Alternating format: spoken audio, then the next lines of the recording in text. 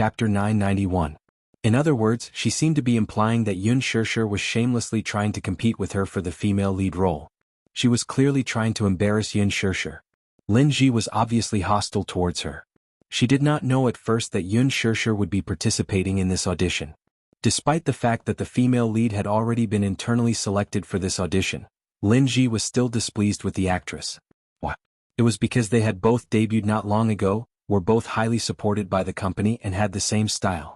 Huan Yu had used Yun Shirshir's popularity to hype her up since her debut.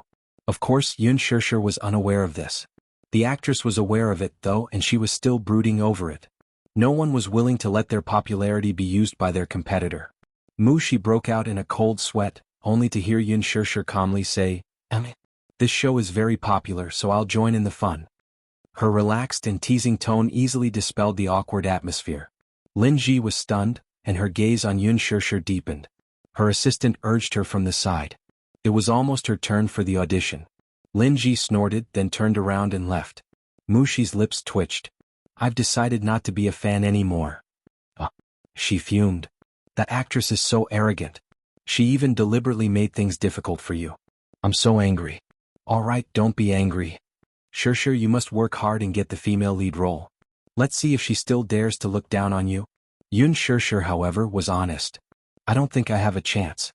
"Ha!" Mushi was stunned. "Are you that unconfident?" "I was still hopeful that the audition would be a success, but judging from her tone earlier, it seems that she's really the female lead," Yun Shirshir said. "Then, are we still participating in the audition?" "Of course. Why not? Qin Zhou fought for this role for me, so how can I let him down? Even if I can't get the female lead role, I can at least make myself known," Yun Shirshir said optimistically. "Get acquainted?" Mushi was tickled by her optimistic side. When she entered the dressing room, the stylist's attitude became much colder when he heard that she was an artist from Huanyu. He casually threw her a set of white clothes and left. Yun Shirshir opened the plain white dress. She thought about the luxurious dress Lin Ji was wearing. Indeed, it couldn't be compared. Mushi said gloomily, "That's too much. Lin Ji's clothes are so pretty, but why do you look like morning clothes?" Yun Shirshir raised a brow and suddenly smiled. "Mushi, help me with my makeup. My makeup skills aren't that good." "You don't have to put on too much makeup. Just put on a thicker layer of powder, make your face look more haggard, make your eyes bigger, make your eyelashes longer, and make your lips a little more chapped. That's easy." With that, she got to work. Not long after, the makeup was done. Yun Shirshir looked at the mirror, and a haggard yet beautiful face came into view. Since the audition script was a cold palace drama, the makeup could not be too gorgeous and should look more haggard. She was the last in the second group. Yang Mi suddenly walked in and was surprised to see Yun Shirshir there. She was even more surprised to see her in a white shirt and haggard makeup. "Shirshir, are you here for the audition too?" Yun Shirshir smiled when she saw her. "Yes." Chapter 992. Yun Shirshir explained, "The audition script is a scene in the cold palace, so..." "Cold palace?" She raised a brow suspiciously. "Shirshir, did you get the wrong script?" "What? The audition isn't a scene in the cold palace. You must have gotten it wrong." She told her the truth. Yun Shirshir, however, was stunned. "Wrong? How could it be wrong? This script was given to her by Qin Zhou." Alarmed, Mushi quickly called the manager to verify the situation. He, however, said, "The script is from Qingguang Entertainment." "What? Is it wrong?" Mushi replied, "I just asked around. The first group's audition seems to be for the female lead's conferment. It seems that someone cheated." He gritted his teeth and said in a low voice, "Qingguang Entertainment purposely gave me a wrong script. What should we do then?" Mushi was as anxious as an ant on a hot pan. Yun Shirshir, prepare for the second group's audition.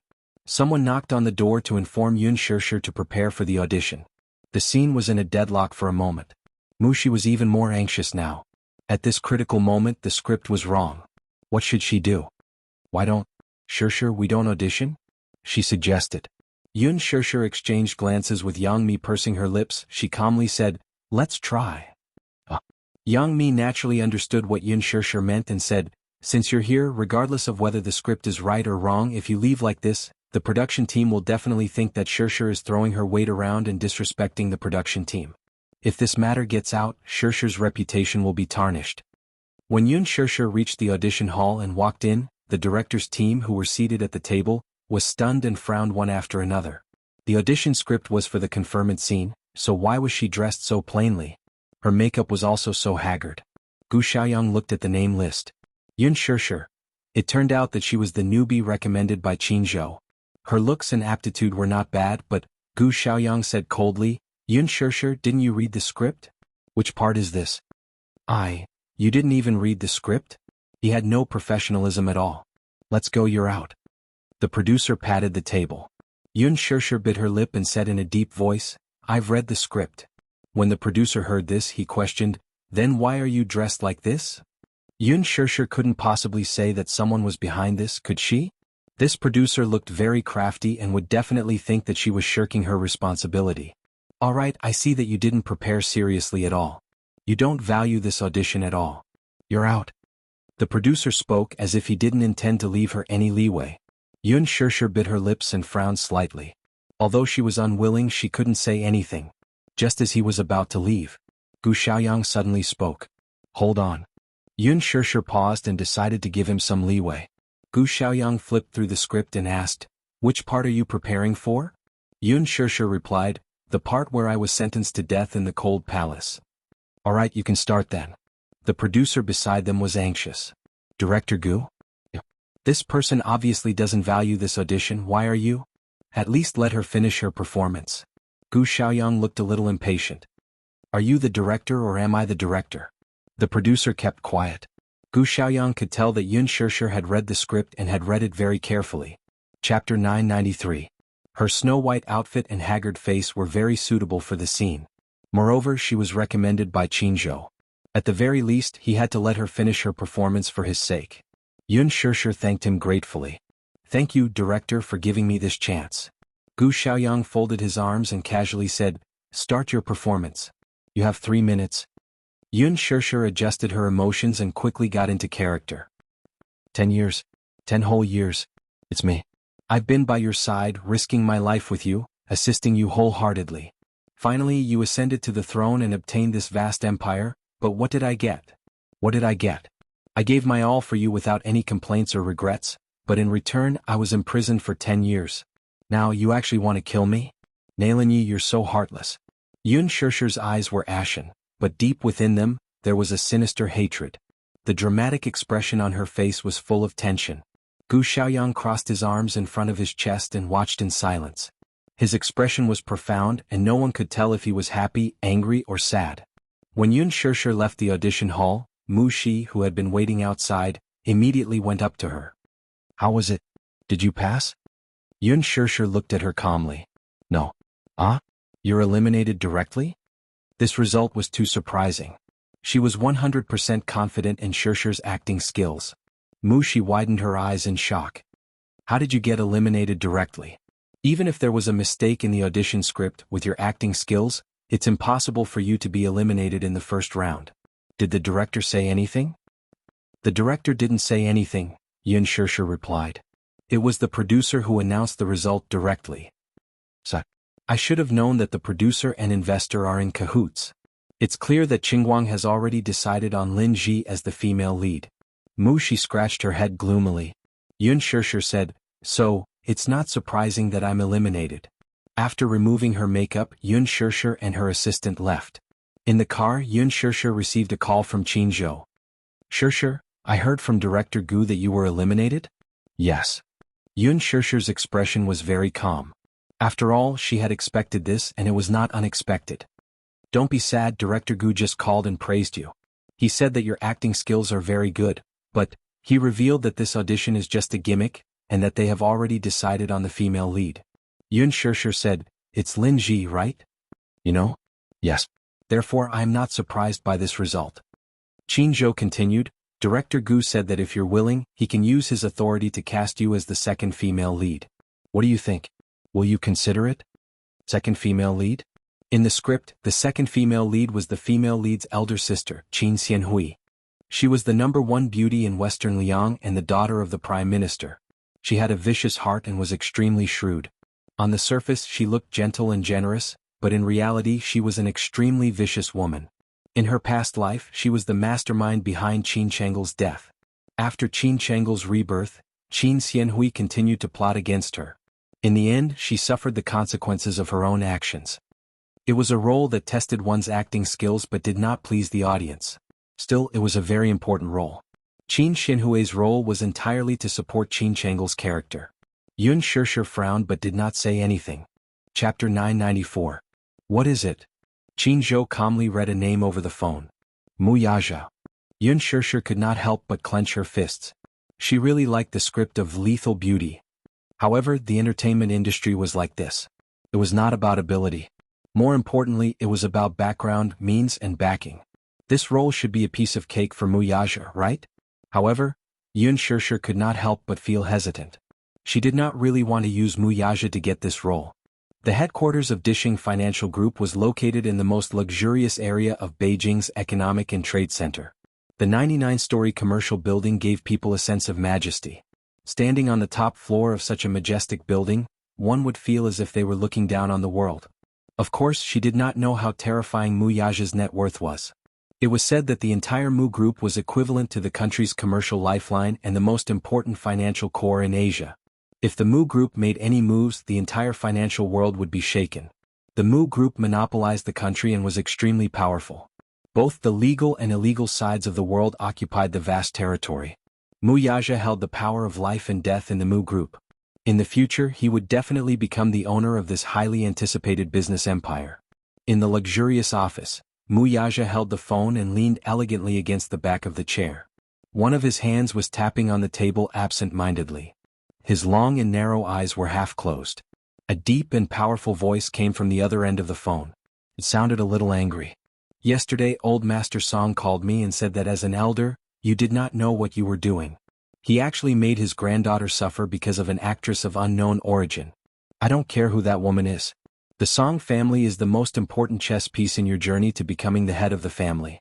If you have the Song family's help, your position as the head of the Mu family will be even more secure. Mu Yazha's eyes were tinged with a trace of coldness, but his mellow voice was as cold as ice. Second uncle, don't interfere in this matter. I know what I'm doing. On the other end of the phone, the man's voice suddenly became gloomy.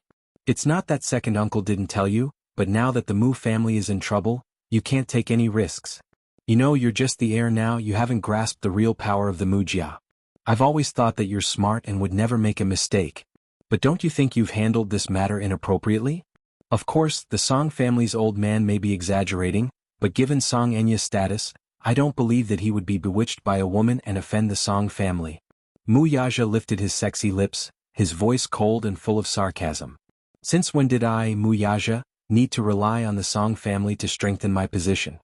Since I can sit in this position, I can continue to sit in it steadily. The man suddenly fell silent and did not make a sound. Mu Yazha chuckled. Second uncle, your and grandpa's era is over. It's my era now. The man sighed and said indignantly, it's up to you. Don't disappoint second uncle though. Second uncle still believes in your ability. Handle this matter well. I know what I'm doing. Chapter 995. Even the faint breathing and whispering outside the door could be easily heard. He raised his eyes and looked at the door, saying coldly, come in. As his voice fell, the person outside the door seemed to hesitate for a long time. After hesitating for a long time, he pushed the door open. Yun Shishir strode in. The moment she stepped into the office, she could feel the strange heavy atmosphere. This office was shockingly huge. It was more than 100 square meters. The decoration was simple yet luxurious, but standing in it, one could easily feel an invisible pressure.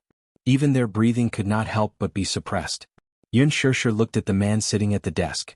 At this moment, he was elegantly supporting his chin with one hand as he stared straight at her. His eyes were no longer as gentle as they were in the morning.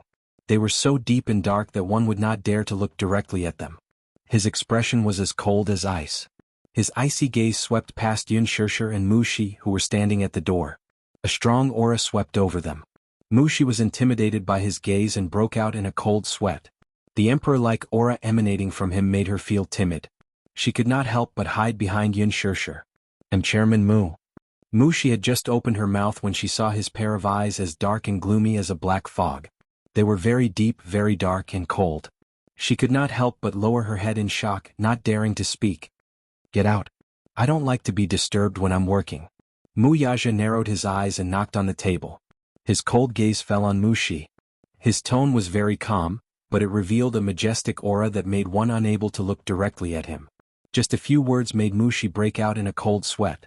Yun Shirshir said to her, "You can leave now." Mushi left the office. Muyaja's expression eased a little. "Why are you here?"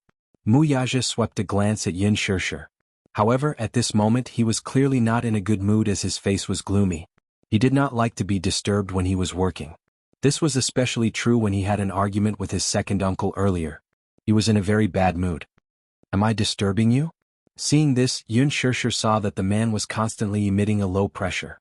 She probed, "Then should I go out too?" Muyaja suddenly raised his arrogant chin, and the corners of his lips curled up. "What are you doing here?" Different. The man in front of her was completely different from the Muyaja she knew. Sometimes this man's aura was really domineering. At this moment, Muyaja was like a high and mighty emperor. Just one look from him was enough to make people feel fear. Muyaja looked at her deeply and suddenly said in a deep voice, "Come here." Yun Shirshir didn't dare to move. She had never seen such a cold and unfeeling side of this man. His expressionless face always made people feel that he was overly cold. Seeing that she still didn't move, Muyaja said, "Come here." Yun Shirshir was startled by this indifferent tone. She stood there in a daze, feeling a little helpless. She didn't dare to go over, afraid that he would swallow her whole. She hesitated for a moment and then slowly walked to his side.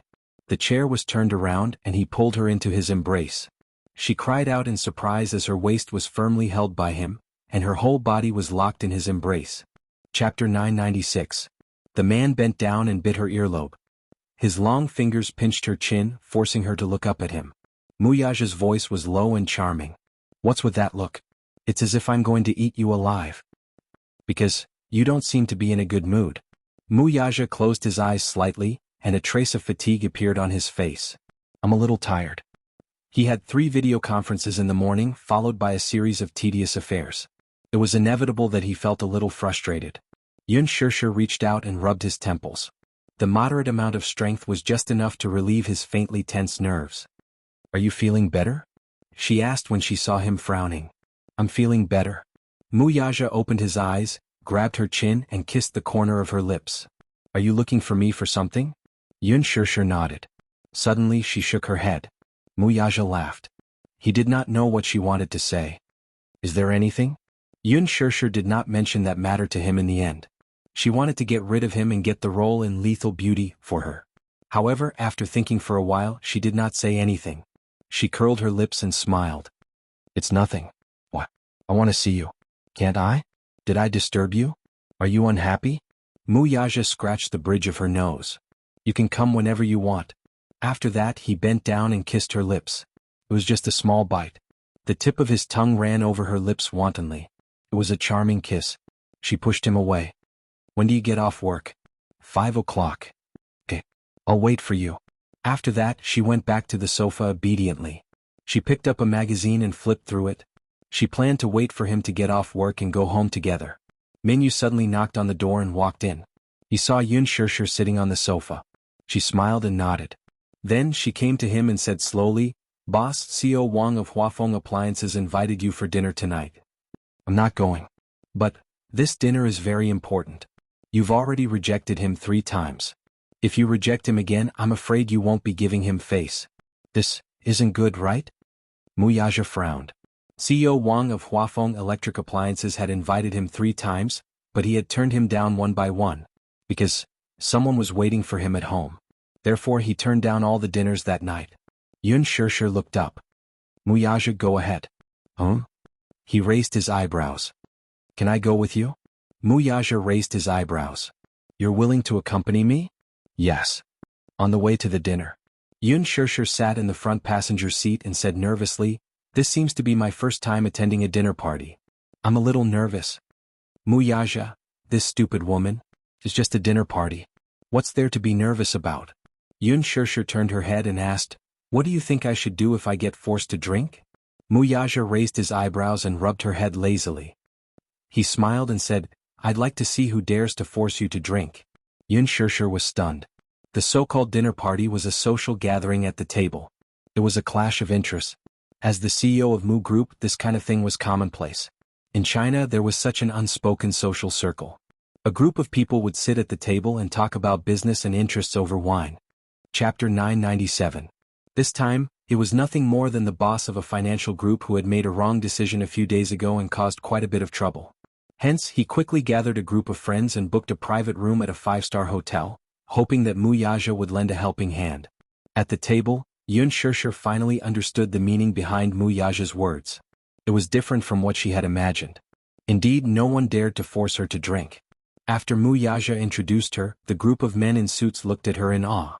Even if she was drinking fruit juice, those men still toasted her by the glass and downed it in one gulp without any hesitation. Their actions were so nimble that it was like moving clouds and flowing water. Their gazes towards her were also filled with fear and trepidation. Alright, was she that scary? Or rather, was the big boss sitting beside her that scary? How would those people dare to force Yun Shirshir to drink? They couldn't wait to compliment her. They had a favor to ask of Mu Yaja, so if they were careless and made him unhappy, their company would be completely destroyed with just one word from him. Even if they were all sprawled on the table and carried back, they wouldn't be able to force Yun Shirshir to drink. After the dinner, someone enthusiastically suggested that Mu Yaja and Yun Shirshir be invited to the most luxurious KTV in Beijing, Las Vegas, for a karaoke session. Yun Shirshir's heart skipped a beat. Las Vegas? It was said that it was the most expensive entertainment club in Beijing. The smallest private room inside had 2 floors and was especially luxurious. Out of curiosity, she wanted to go and see what the most luxurious entertainment club in Beijing was like. Hence, she gave Mu Yaja a very cute, expectant and yearning look. Her sparkling eyes were like a little puppy trying to please him. Mu Yaja's eyes twitched fiercely. The thought of going to the KTV to listen to those old men wailing like ghosts and howling like wolves, those strange lights, those deafening sound effects, and those fawning faces gave him a terrible headache. However, she seemed to want to go. Mu Yaja said, "It can't be too late." Everyone cheered, but when they saw the boss's icy gaze, they immediately shut their mouths. Mu Yaja and Yun Shirshir were escorted to Las Vegas by a group of people, as if they were the stars surrounding the moon. Upon hearing that the CEO of Dishing Financial Group was coming, the manager of Las Vegas booked the biggest KTV room for them. Yun Shirshir held Mu Yaja's hand in amazement. She looked left and right, feeling that everything was new to her. After all, she rarely came out to play. When she was in university, it was popular for her classmates to gather and sing together, but she didn't have much time to go out and play. Mu Yaja glanced at her from the corner of his eyes. He saw that the corners of her lips were slightly raised. Even Mu Yaja, who was in a bad mood, couldn't help but be affected by her cheerful mood. Even the corners of his lips curled up slightly. Since this woman liked it, he would let her do it this time. The waiter respectfully led them into the KTV room. The moment they stepped in, Yun Shirshir let go of Mu Yaja's hand. Mu Yaja couldn't help feeling a little stunned. Looking down at his suddenly empty hand, he suddenly felt a little disappointed. Chapter 998. Yun Shirshir had never seen such a high-class entertainment venue. It had a huge LCD screen and 3 levels of high-end sofas. It was like a small opera house. There were 12 microphones alone. The luxurious facilities were amazing. Looking around, there was not only a small bar on the first floor, but there was also a wine cabinet, a small stage, 2 private bathrooms, 2 small living rooms and a private room. After wandering around the private room, Yun Shirshir returned to Mu Yaja's side. Just as the men were about to start singing, Yun Shirshir looked up at Mu Yaja and said, "The so-called most luxurious entertainment venue in Beijing is just SOSO. Let's go back." Mu Yaja's lips twitched. Everyone almost fell down and vomited blood. Didn't she know that it cost 1,000 yuan an hour here? Didn't she know that in order to please Mu Yaja, they had already thought of their own songs along the way? This girl must be toying with them. Mu Yaja raised his eyebrows. "You're leaving just like that?" Yun Shirshir pursed her lips and said, "You look very tired, so I want you to rest early." Mu Yaja's eyes warmed. So it was because of this. And he smiled. That smile was the most dazzling in the world. It was charming and moving. "Let's sit for a while more." He would just take it as accompanying her. Mu Yaja staying behind was naturally something that everyone was happy to see. However, as he stayed behind, something happened. Although these old fellows were not young anymore, they were still full of vigor. In order to please Mu Yaja, they had even taken out the 18th class's signature song. Yun Shirshir could still bear it at first, but the more she listened, the more she couldn't sit still. "My passion, hey, like a fire. Burning the entire desert. Ah, At this moment, the big boss of an electronics company took off his suit jacket and held a microphone in one hand. He opened his mouth and howled like a wolf. Every time he sang a line, everyone would shout along, and the atmosphere could be considered to have reached a climax. However, on the other side it was already covered in ice and snow. What was a lonely old man's KTV? This was probably it. Muyaja, who was sitting in the main seat, was still relatively calm. His face was still able to maintain a calm and composed expression. Yun Shirshir, on the other hand, felt as if she had been struck by lightning when this man sang. She wanted to laugh, but she couldn't show too much of an expression. Otherwise it would be disrespectful to others. Even when he was about to sing, she still had to praise him against her will. Aya. Xiao Wang, I didn't expect you to have such a good voice. Oh no, she suddenly regretted staying. When the song was finally over, Yun Shirshir collapsed on the sofa and heaved a sigh of relief.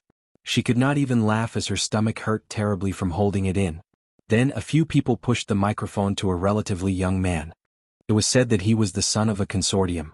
Everyone praised him, saying that this young master sang well. This song, A Chinese Ghost Story, was earth-shattering. It was like heaven and earth but not on earth. A Chinese ghost story? Was it Zhang Guorong's? Yun Shirshir was instantly interested. The song was very nice. It was affectionate and pleasant to the ears. It was a classic among classics. However, when the man opened his mouth, Yun Shirshir was so frightened by his voice that her legs turned to jelly. This song really gave off the feeling of a ghost when he sang it. Chapter 999. Who was the one who sang such an earth-shattering song? That's right, this man's song was simply earth-shattering. Demonic sound, devastation, devastation. It was simply a heavy blow to her body and mind. After he finished singing, Yun Shirshir clutched her chest with some internal injuries, but she still forced a smile and gave him a thumbs up. She sighed and said, "This song should only exist in the heavens. Admirable, really admirable." The man was a little embarrassed by her praise. He scratched his head and smiled embarrassedly. Thus, after sitting for half an hour, the demonic sound bombarded Yun Shirshir one after another. At first she was a little unsettled, but gradually she became numb. "Miss Yun, aren't you going to sing a song for young Master Mu? Since you're here, show us what you can do." No one dared to ask Muyaja to sing, but this woman seemed easy to talk to, so they all encouraged her. Yun Shirshir pursed her lips and waved her hand.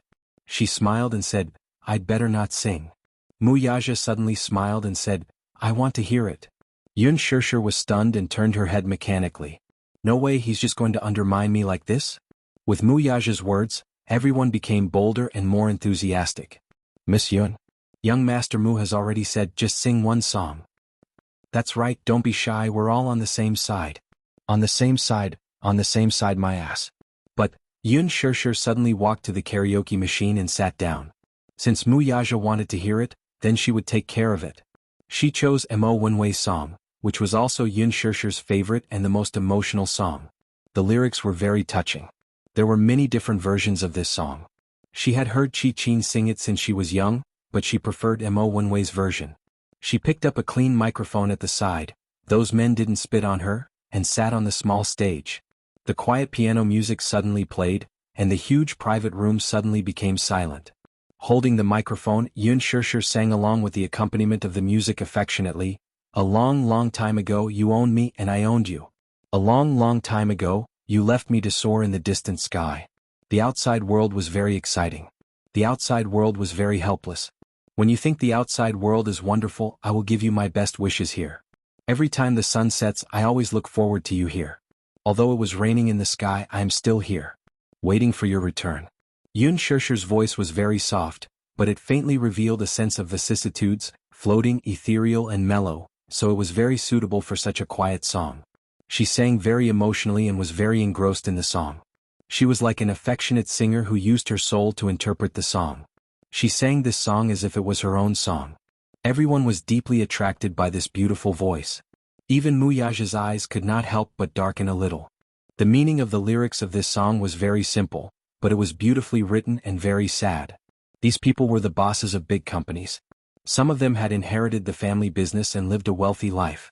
When they entered society, they faced competition and were tortured to the point that they lost their pride. No matter how tired they were, they could only endure. Chapter 1000. Everyone had a disease, and that was to reminisce. It wasn't too cold at the top. Even though these people were wealthy, they all had sorrowful pasts. Thinking about this life filled with regret, sorrow, and uncertainty, it made one sigh endlessly. Even though they were all iron-blooded men and were used to the fickleness of society, no matter how hard a person's heart was, there would always be a weakness. This song couldn't help but remind them of their sorrowful pasts, and those who listened were all moved. Muyaja listened to the song, and his gaze gradually became blurry. He suddenly looked at Yun Shirshir, who was sitting on the stage. At that moment, she was sitting there quietly, and the lights were quietly shining on her body. Half of her face was buried in the shadows and couldn't be seen clearly, but he could feel a little pain from her singing. In just a moment, her singing revealed a vulnerability that was usually hard to detect, and it made people's hearts ache. After the song was finished, the room was strangely quiet. Some of the people sitting on the sofa held their foreheads and cried silently, while others held their sour noses, their eyes filled with bitterness. Yun Shirshir stood up in embarrassment. Surrounded by the lights, she couldn't see what was going on in her seat. However, just as she stepped off the stage, she was pulled into a pair of strong arms. She looked up in shock and saw Muyaja's handsome side profile. Her heart skipped a beat, and she instinctively followed her heart's desire and wrapped her arms around his shoulders. "Why didn't I realize before that you can sing so well?" "That's because you've never heard me sing before." Suddenly, sparse applause came from the second floor. Gradually, everyone started clapping vigorously, and they were sincerely amazed by Yun Shirshir's song. Yun Shirshir then realized that they were still in the KTV, so she shyly pushed Muyaja and muttered softly, "Hey, there's someone here." At that moment, the people upstairs saw such a heartwarming scene, so they took the opportunity to encourage, "Let's sing another song. You sing so well. Master Mu, why don't you give us some face and sing a song with Miss Yun Shirshir?" Hearing this, Yun Shirshir slowly raised her head. Her eyes were bright and her cheeks were red. She said longingly, "Yes. Why don't you sing a song too? I want to hear it too." As she said this, she blinked her eyes as if she had thought of something romantic. Then she said excitedly, come on. Let's sing together. Just sing, I miss you." Muyaja. This song was a duet between a man and a woman. It was sung by Gu Xingze and Su Xingtian. As soon as the song was released, it reached the top of the album bestseller list. Muyaja turned his face away and said coolly, "I won't." He didn't want to sing those little love songs with lyrics like, "I love you, you love me, you love me." Yun Shirshir glared at him. How could she believe his words? "No. You definitely can. In any case, you have a management company under your name. How can a person who manages artists not know how to sing?" She even tried to goad him, but young Master Mu was dismissive of her little tricks. He glanced at her from the corner of his eyes and said firmly, "I won't sing." Yun Shirshir looked aggrieved and resentful, but Muyaja ignored her. Chapter 1001. Who's going to sing this song with me? Muyaja listened to the melodious music in a daze. He looked at the MV on the screen and raised his eyebrows in disbelief. This stupid woman dared to sing a love song with someone else in front of him? She was asking for death. Muyaja turned his head coldly. His pair of cold and terrifying eyes swept across the crowd. His expression seemed to say, "Who dares to take the microphone?" It was as if whoever dared to sing this song with Yun Shirshir would be crushed by the Mu group tomorrow morning. When the crowd saw his sharp and cold eyes, they thought of their own businesses and naturally did not dare to offend this man. How would they dare to care about Yun Shirshir? The young man who sang a Chinese ghost story was about to happily take Yun Shirshir's microphone when the man who was on good terms with him immediately tugged at his sleeve and signaled to Muyaja with his eyes. The latter looked in the direction of his gaze and saw a certain man staring at his hand expressionlessly. His gaze was as sharp as a sword. Oh my God, so scary. It was as if he wanted to kill someone. The man was shocked. His back was soaked in cold sweat and his forehead was full of black lines. He immediately withdrew his hand. Yun Shirshir looked at him in confusion. He simply looked down and pretended to be dead. She suddenly realized something and slowly turned her head around. She saw the man's frosty gaze, which was as cold as an iceberg. This man was too domineering, wasn't he? He didn't want to sing with her and he didn't even give her the right to find a partner? He didn't want her to sing, but she insisted on singing. Thus, in a fit of pique, Yun Shirshir sat on the sofa and started singing along with the music. One moment she sang the boy's part in a low voice, and the next she sang the girl's part in a high-pitched voice. She sang this little love song aggressively and fiercely, making it sound like a revolutionary march. It was as if she was about to rush to the battlefield and kill everyone in the next moment. A good song, I Miss You, was sung to I Wanna Chop You. This time it was everyone's turn to be in a world of ice and snow. Muyaja was very satisfied. When she finished singing, he didn't forget to float a sentence, "You sang very badly." Yun Shirshir was so angry that she almost threw the microphone on the sofa.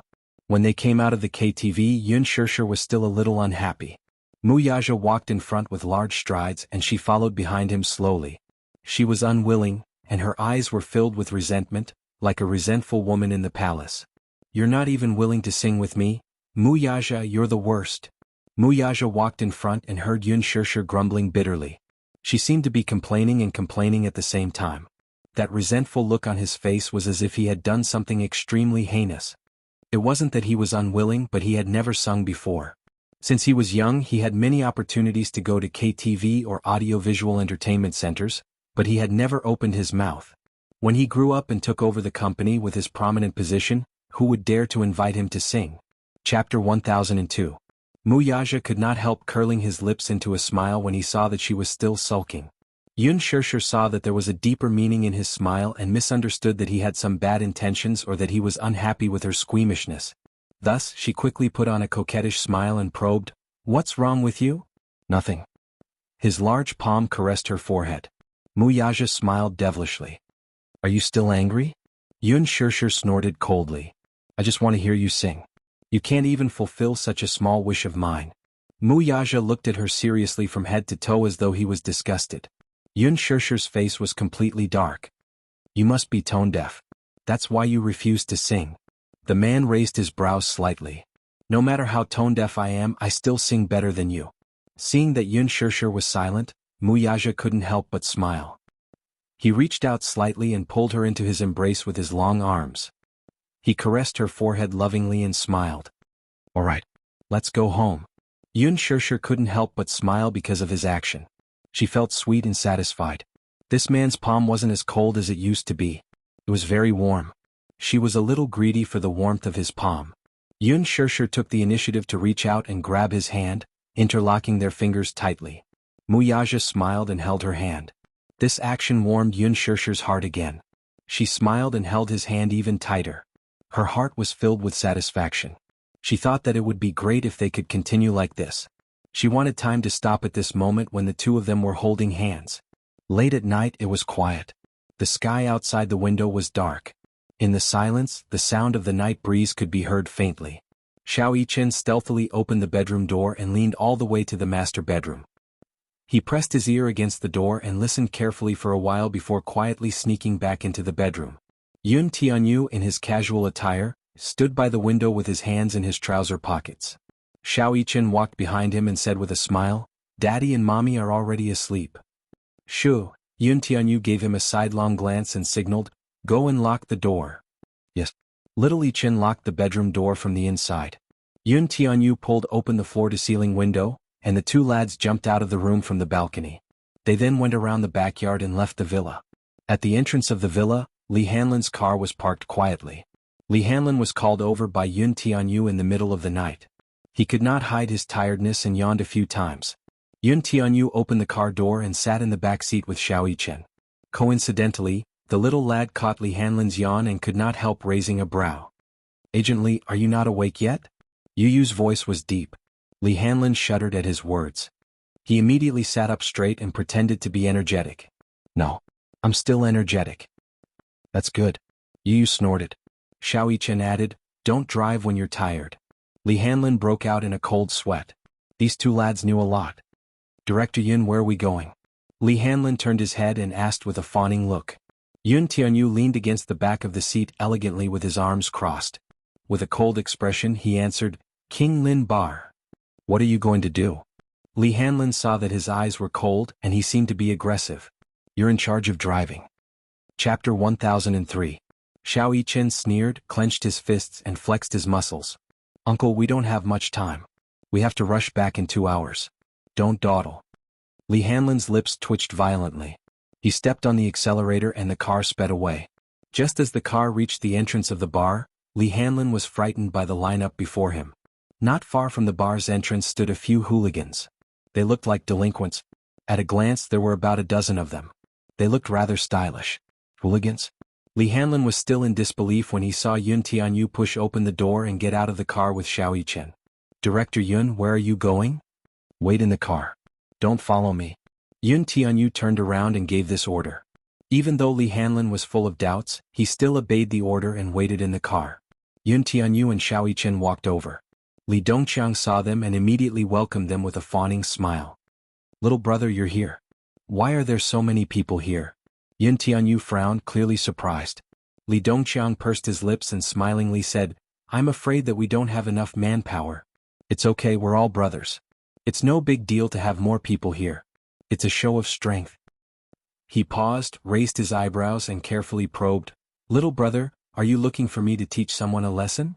Yun Tianyu suddenly lowered his head expressionlessly and casually took out a Givenchy wallet. Li Dongqiang's eyes widened at the sight. This wallet was exquisitely made and seemed to be a branded one. It must be worth a lot. Looking at the thick stack of cash in the wallet, Li Dongqiang's mouth watered even more. This little guy was really not simple. He carried so much cash with him everywhere. Li Dongqiang's eyes involuntarily revealed a greedy look. Yun Tianyu coldly glanced at him, and Li Dongqiang guiltily retracted his gaze. Li Dongqiang took out a check that had already been filled in but had yet to be signed. However, when Li Dongqiang received it and saw the generous amount on the check, he was shocked. His mouth watered. "So much? You think it's too much?" Yun Tianyu raised a brow. "It's nothing. Money can only be too little, how can it be too much?" Li Dongqiang said with a flattering smile. At the same time, he secretly verified the authenticity of the check. "You don't have to look at it. Do you think I'll give you a fake check?" Yun Tianyu seemed to have seen through his suspicions. "The check hasn't been signed yet?" Yun Tianyu gave a concise reply. "Once you've settled this matter, we'll be even." "Good. Then what orders do you have?" Li Dongqiang rubbed his hands and asked. Yun Tianyu suddenly fished out a Sony DV from his backpack and tossed it to him. Li Dongqiang caught it and lowered his head to look at the DV in his hand. He was a little confused. "This is, cut the crap and listen to my instructions," he ordered. Li Dongqiang didn't dare to say anything. It was late at night. Some youths began to stagger out of the bar one after another. The unrestrained nightlife was over. It was time to return to the nest. Lu Jingtian was already dead drunk by the time she was helped out. Chapter 1004.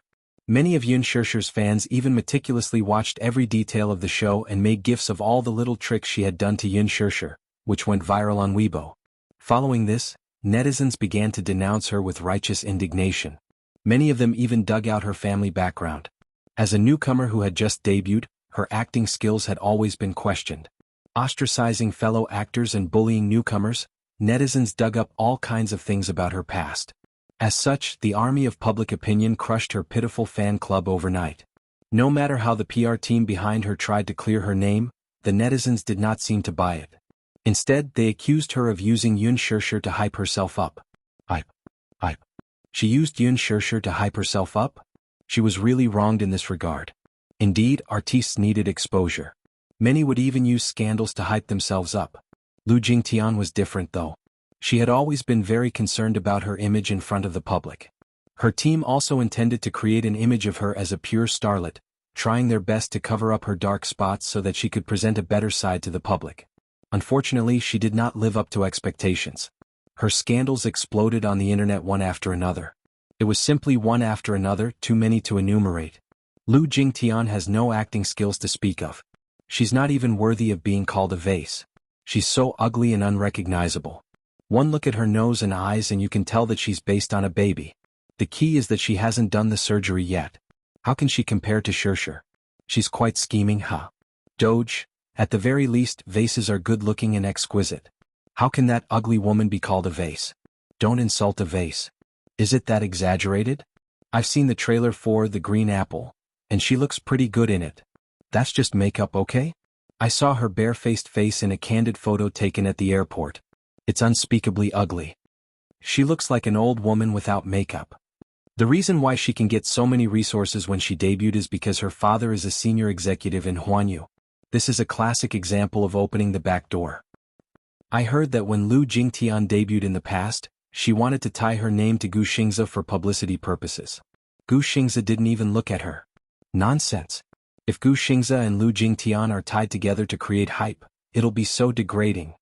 Gu Xingze is wise. If Lu Jingtian uses him to create hype, he'll lose millions of fans. Annie Lu, you're so ugly. On Weibo, forums and Cheba, there were different versions of her scandal every day. In fact, there were plenty of actresses in the entertainment industry who were more scheming than her. They usually kept a low profile and carefully hid their flaws. Alas, this time she could not avoid it because she was truly stupid. The Green Apple had not yet been released, but it had already gathered a large number of fans of the original novel.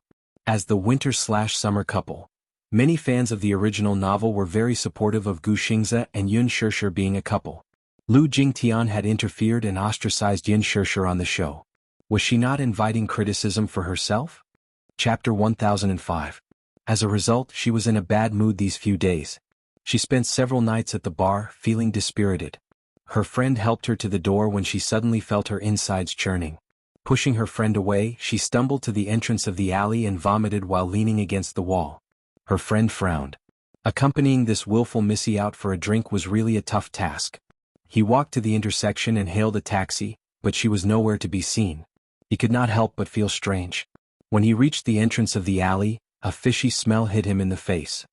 He immediately covered his nose and mouth and shone his phone's flashlight on the ground, only to see a puddle of vomit on the ground. Beside it, a bag had fallen to the ground.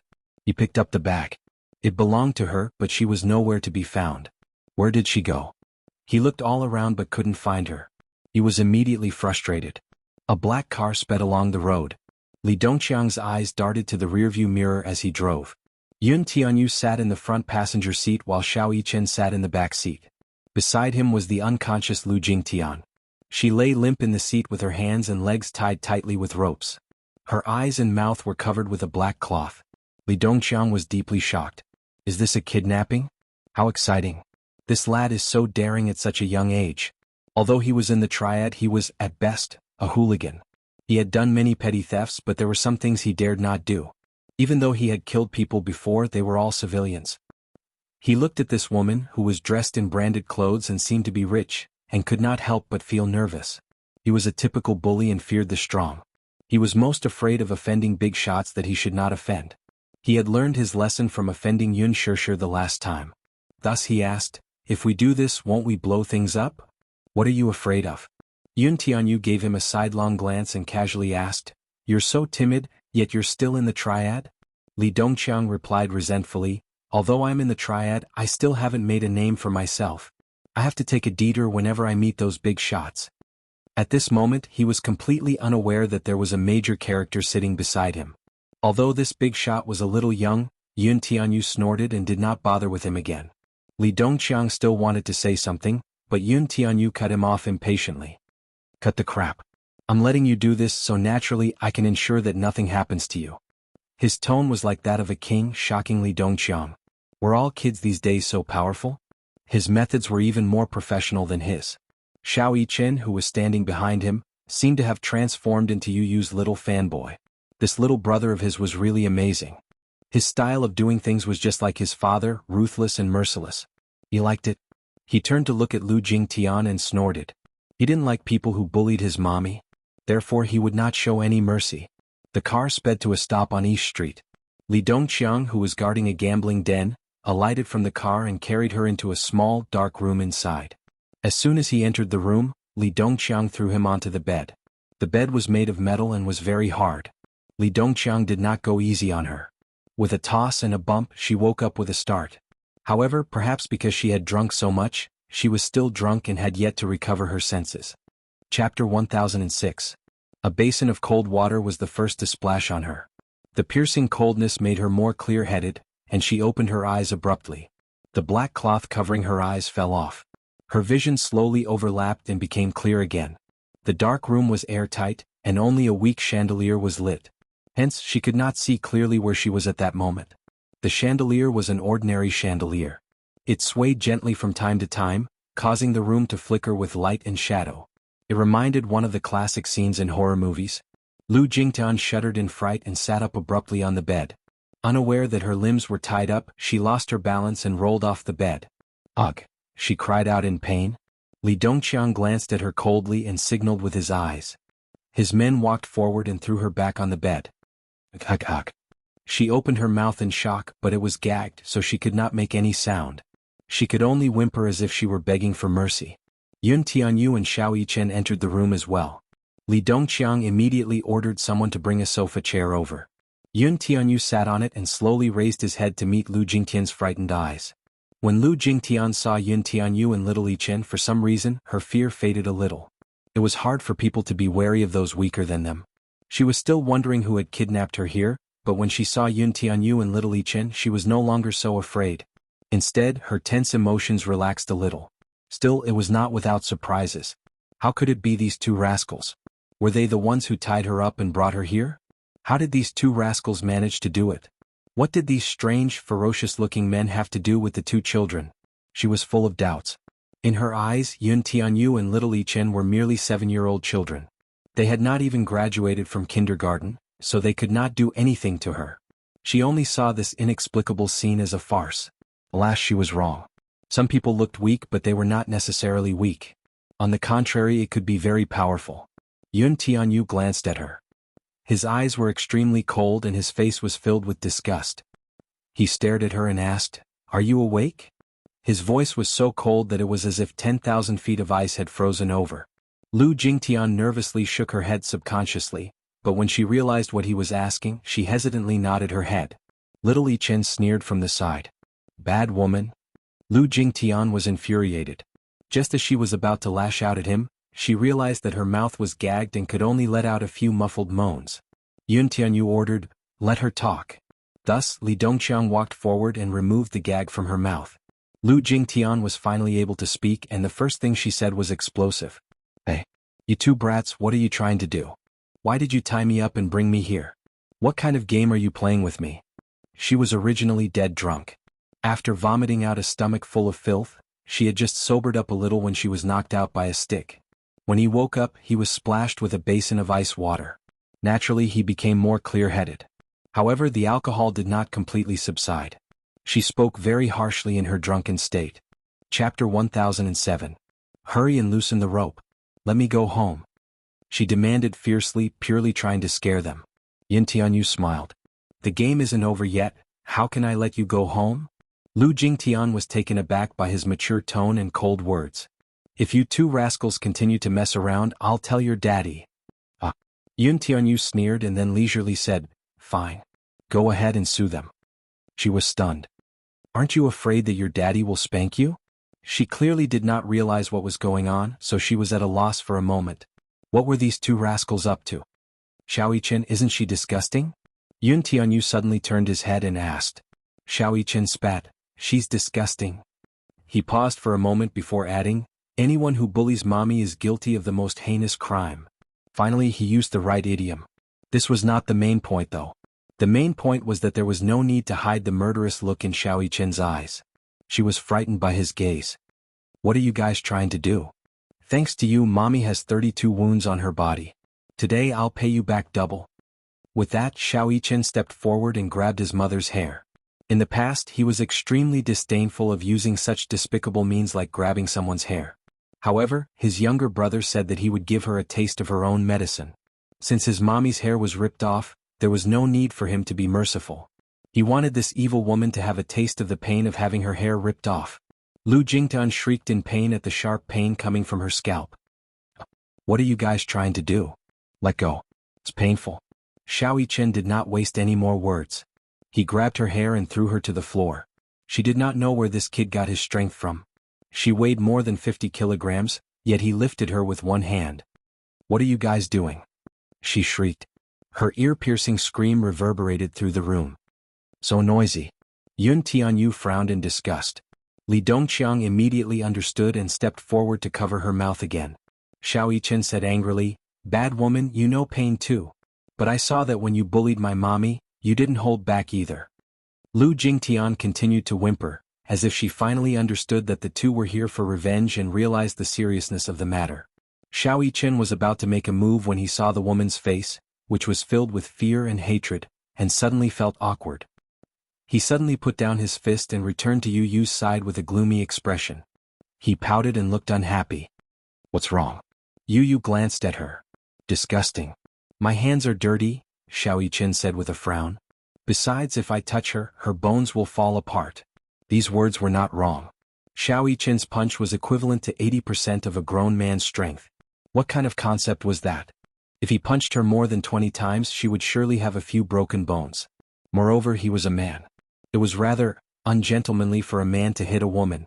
He was not like that Song Yunxi who was ungentlemanly. Lu Jingtian inexplicably heaved a sigh of relief when Xiao Yichen stopped hitting her. Yun Tianyu glanced at Li Dongqiang and said, "You can go ahead." Lu Jingtian's eyes widened in horror. She did not know what was in store for her.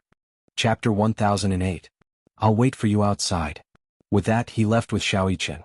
Li Dongqiang let out a sinister laugh and slowly took a few steps toward Lu Jingtian.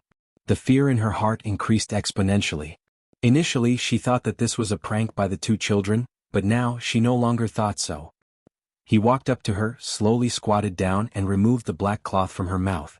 She got the chance to speak and immediately asked in horror, What are you trying to do?" "What am I trying to do? I'm going to do you." He grinned and spoke vulgarly. She was stunned for a moment, only to see him stand up and unbuckle his belt with one hand. What are you doing?" "You're raping me." Don't you dare do anything rash." "Humph." He ignored her.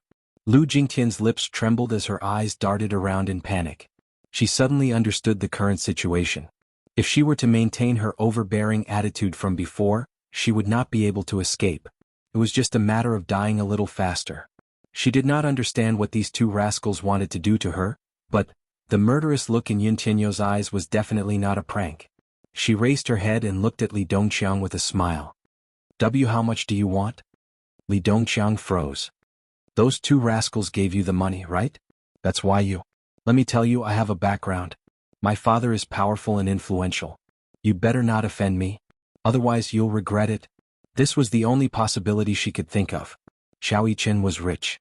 Mu Yaja would usually give him tens of thousands of yuan as pocket money. "How much did he give you?" "I'll give you double. This way. Can you let me off?" She was so flustered that she could not speak coherently. "Sure. If you can fork out double the amount he gave me, I'll let you off." Li Dongqiang was naturally not one to make a losing deal. He squatted down as if to negotiate with her. She calmed down and asked, "How much did he give you?" He took out the check from his trouser pocket and showed it to her. Lu Jingtian was stunned when she saw the words written in Chinese. "Impossible. Where did he get so much money?" Lu Jingtian chuckled. "I think you've been fooled by those two kids. Think about it, they're barely 15 years old. Do you really think he can give you so much?" She only suspected that Xiao Yichen was the one who gave her the money. She did not suspect you at all. Li Dongqiang raised his eyebrows. "That's so much money. I can't afford it." In fact, if it was in the past, he would not have believed that a child could take out so much money. However, he had seen this child's strength before. Lu Jingtian was taken aback. "Are you dumb? This piece of paper must be fake. It's just a fake check and you're treating it like a treasure." What I'm giving you is real money. It's not something a fake check can compare to." "Then this is the number on the check. If you give it to me now, I'll let you go." Lu Jingtian was speechless for a moment before she flew into a rage out of humiliation. How can he have so much money? It's 7 digits, not thousands or tens of thousands. Chapter 1009. Lu Jingtian was infuriated and annoyed by his humiliation. She cried out indignantly, "My dad is rich. Let me call him, he can fork out that much money right away." Smack. He gave her a tight slap across the face, causing her face to turn to the side. "Are you King kidding me? Call your dad? Then call the police to arrest me? Woman, you have some tricks up your sleeve." He did not want to waste any more words with her. With a look, two of his men immediately stepped forward. One of them grabbed her chin tightly, while the other unscrewed the bottle in his hand and poured the drugged drink into her mouth. She struggled, but she did not have the chance to resist at all. Gulp, gulp, gulp, gulp, gulp, cough, cough, cough, cough. Blurg. She choked badly and the sweet drink overflowed from her mouth and nose. She raised her head with reddened eyes and glared at him. "What did you make me drink?" "Don't worry, you'll find out soon enough. When the drug takes effect, the few of us won't be enough to cure you." It was the strongest drug in the black market, passion-hunting powder. The drug, which was used to deal with Yun Shirshir, was now being used to deal with Lu Jingtian. A few minutes later, she felt dizzy all of a sudden, followed by a strange sensation coming from her body. Her body swayed slightly and she felt her legs go limp. Not only that, a certain part of her body was acting up. She clamped her legs together and tried her best to hold it in as she perspired profusely. Her breathing suddenly quickened. The strange thing was that she had gulped down so much drink earlier, but her throat was very dry. Lu Jingtian was the spoiled and arrogant missy of a rich family. She had never seen such despicable tricks in society. Therefore she thought that there was some kind of poison in the drink. It was only when she felt an inexplicable emptiness in her lower abdomen that she realized that the drink had been drugged. Lu Jingtian's chest heaved up and down. Under the constant stimulation of the drug, she felt a strange heat and her whole body went limp. The scenery in front of her eyes began to blur, and under a burst of dizziness she couldn't even see Li Dongqiang's face clearly. She shook her head, but it did not matter if she did not shake. Instead she fell headfirst to the ground. She did not feel much pain even when her head hit the floor. It was as if she was lying on a bed of cotton, and she felt as if she was floating in the air. She began to feel an urgent need to fill the emptiness. Gradually, she lost her consciousness and her gaze became blurry. I want. It's so hot. It's so hot. As she spoke, she giggled softly. Help me please. It's so hot and I feel so empty. Boo-hoo. Lu Jingtian's exquisite makeup was exceptionally seductive. Her beautiful eyes were hazy, and her face was flushed with a coquettish blush. Her red lips, which seemed to be budding, were especially seductive when they opened and closed. The drug had completely taken effect. It made her look like a delicate poppy flower that bloomed unscrupulously, almost mesmerizing his eyes. When the drug kicked in, he untied the ropes binding her limbs. Lu Jingtian looked at him in a daze as fine beads of sweat appeared on her forehead. Chapter 10:10. She lazily leaned against the bedside. Her coquettish look made Li Dongqiang's heart beat wildly. Gulp! He swallowed hard and was stunned for a moment before he suddenly remembered what Yun Tianyu had instructed him to do. He quickly turned on the camcorder and aimed it at the woman, who was trying her best to seduce him. The men beside him also stared unblinkingly at the coquettish woman in front of them. Their eyes narrowed with lust. Oh God! It turned out that their boss had called them over for such a good thing. This was a lucrative job. At first, they thought that it was going to be a fling. Unexpectedly, he. Li Dongqiang walked over, squatted down, and reached out to pinch her hot and flushed cheeks. She pounced on him at once, wrapped her arms around his waist, and threw herself on top of him. She might have used too much strength, for he was suddenly pushed to the ground by her. She sat on top of him, grabbed his collar and kissed him. The scent of her expensive perfume assaulted his nostrils. She kissed his cheeks, nose, and chin as her hands impatiently tickled his body. Li Dongqiang felt his whole body heating up. This was a blessing in disguise. It was not that he had never played with women before, but compared to this woman, it was unbearably vulgar. Lu Jingtian was not as pretty as Yun Shishir, but to Li Dongqiang she was still a first-class stunner. The young man holding the camcorder could not help but feel his hands tremble as he looked at the hot scene before him. He was inevitably distracted and did not aim the camera properly several times. A few of them even took out their phones to take pictures. Lu Jingtian had no idea what she was doing. She only felt that hugging him was not enough to relieve the raging waves in her body. She followed her primitive instincts and moved step by step. Alas, she was still young and inexperienced, so how would she know what to do? Li Dongqiang, on the other hand, was so aroused that he could not bear it. His body was burning with fire and he completely lost his patience. With a low growl, he flipped over and took the initiative. In no time at all he took off her clothes. The fiery scenes were all captured by the camera. The young man on the side muttered vulgarly, "This woman is really coquettish." That eye-piercing scene was driving the subordinates who were waiting at the side crazy. However, boss hadn't finished enjoying it yet, so he naturally couldn't rush it. They had to do it one by one. In the casino, although it wasn't prime time, the 4 floors of the hall were still bustling with activity. Mixed with cheers and curses, it was an impassioned atmosphere. This was one of the biggest casinos on East Street. People often went bankrupt here overnight. Of course, there were also some lucky people who gained great wealth. However, in a casino like this there were very few lucky people. After obtaining a huge fortune, most people would greedily throw themselves into the next battlefield with a fluke mentality. However, after a few twists and turns, they would often end up disappointed. No matter what your identity is, be it a boss or a commoner, as long as you have money, you can walk into this treasury and bet on your life. The casino was a unique cylindrical building. The ceiling and walls were classical and magnificent, just like a luxurious palace. Chapter 10:11. However, very few people dared to place bets at this table. Hence, to sit at this table, one had to bet at least 5 million yuan, and the chips would continue to rise as the game progressed. At this moment, however, no one was paying attention to whether someone was placing bets at this table. Everyone's eyes were on a little lad in a black shirt. This little boy, who was only 6 or 7 years old, had exchanged chips from the dealer half an hour ago. At that time he only had a few 100,000 yuan worth of chips. The moment he entered the gambling hall, he walked to the French roulette with ease and placed tens of thousands of yuan on it.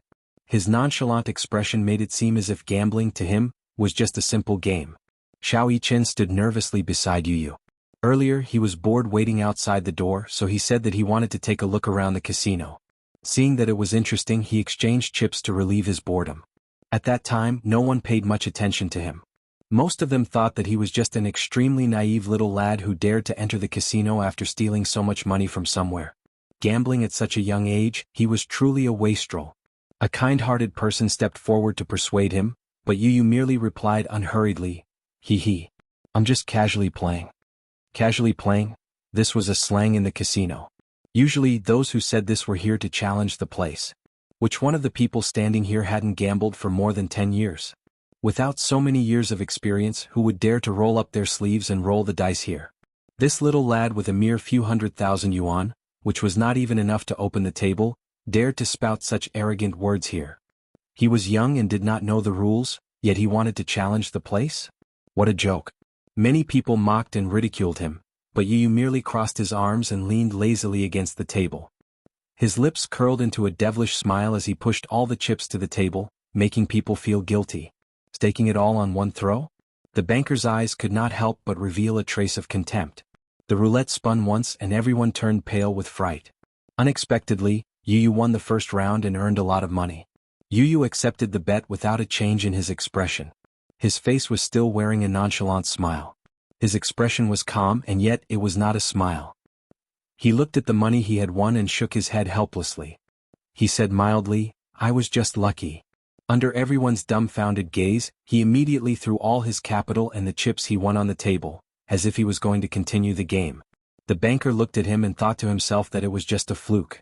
There was no reason for him to continue winning.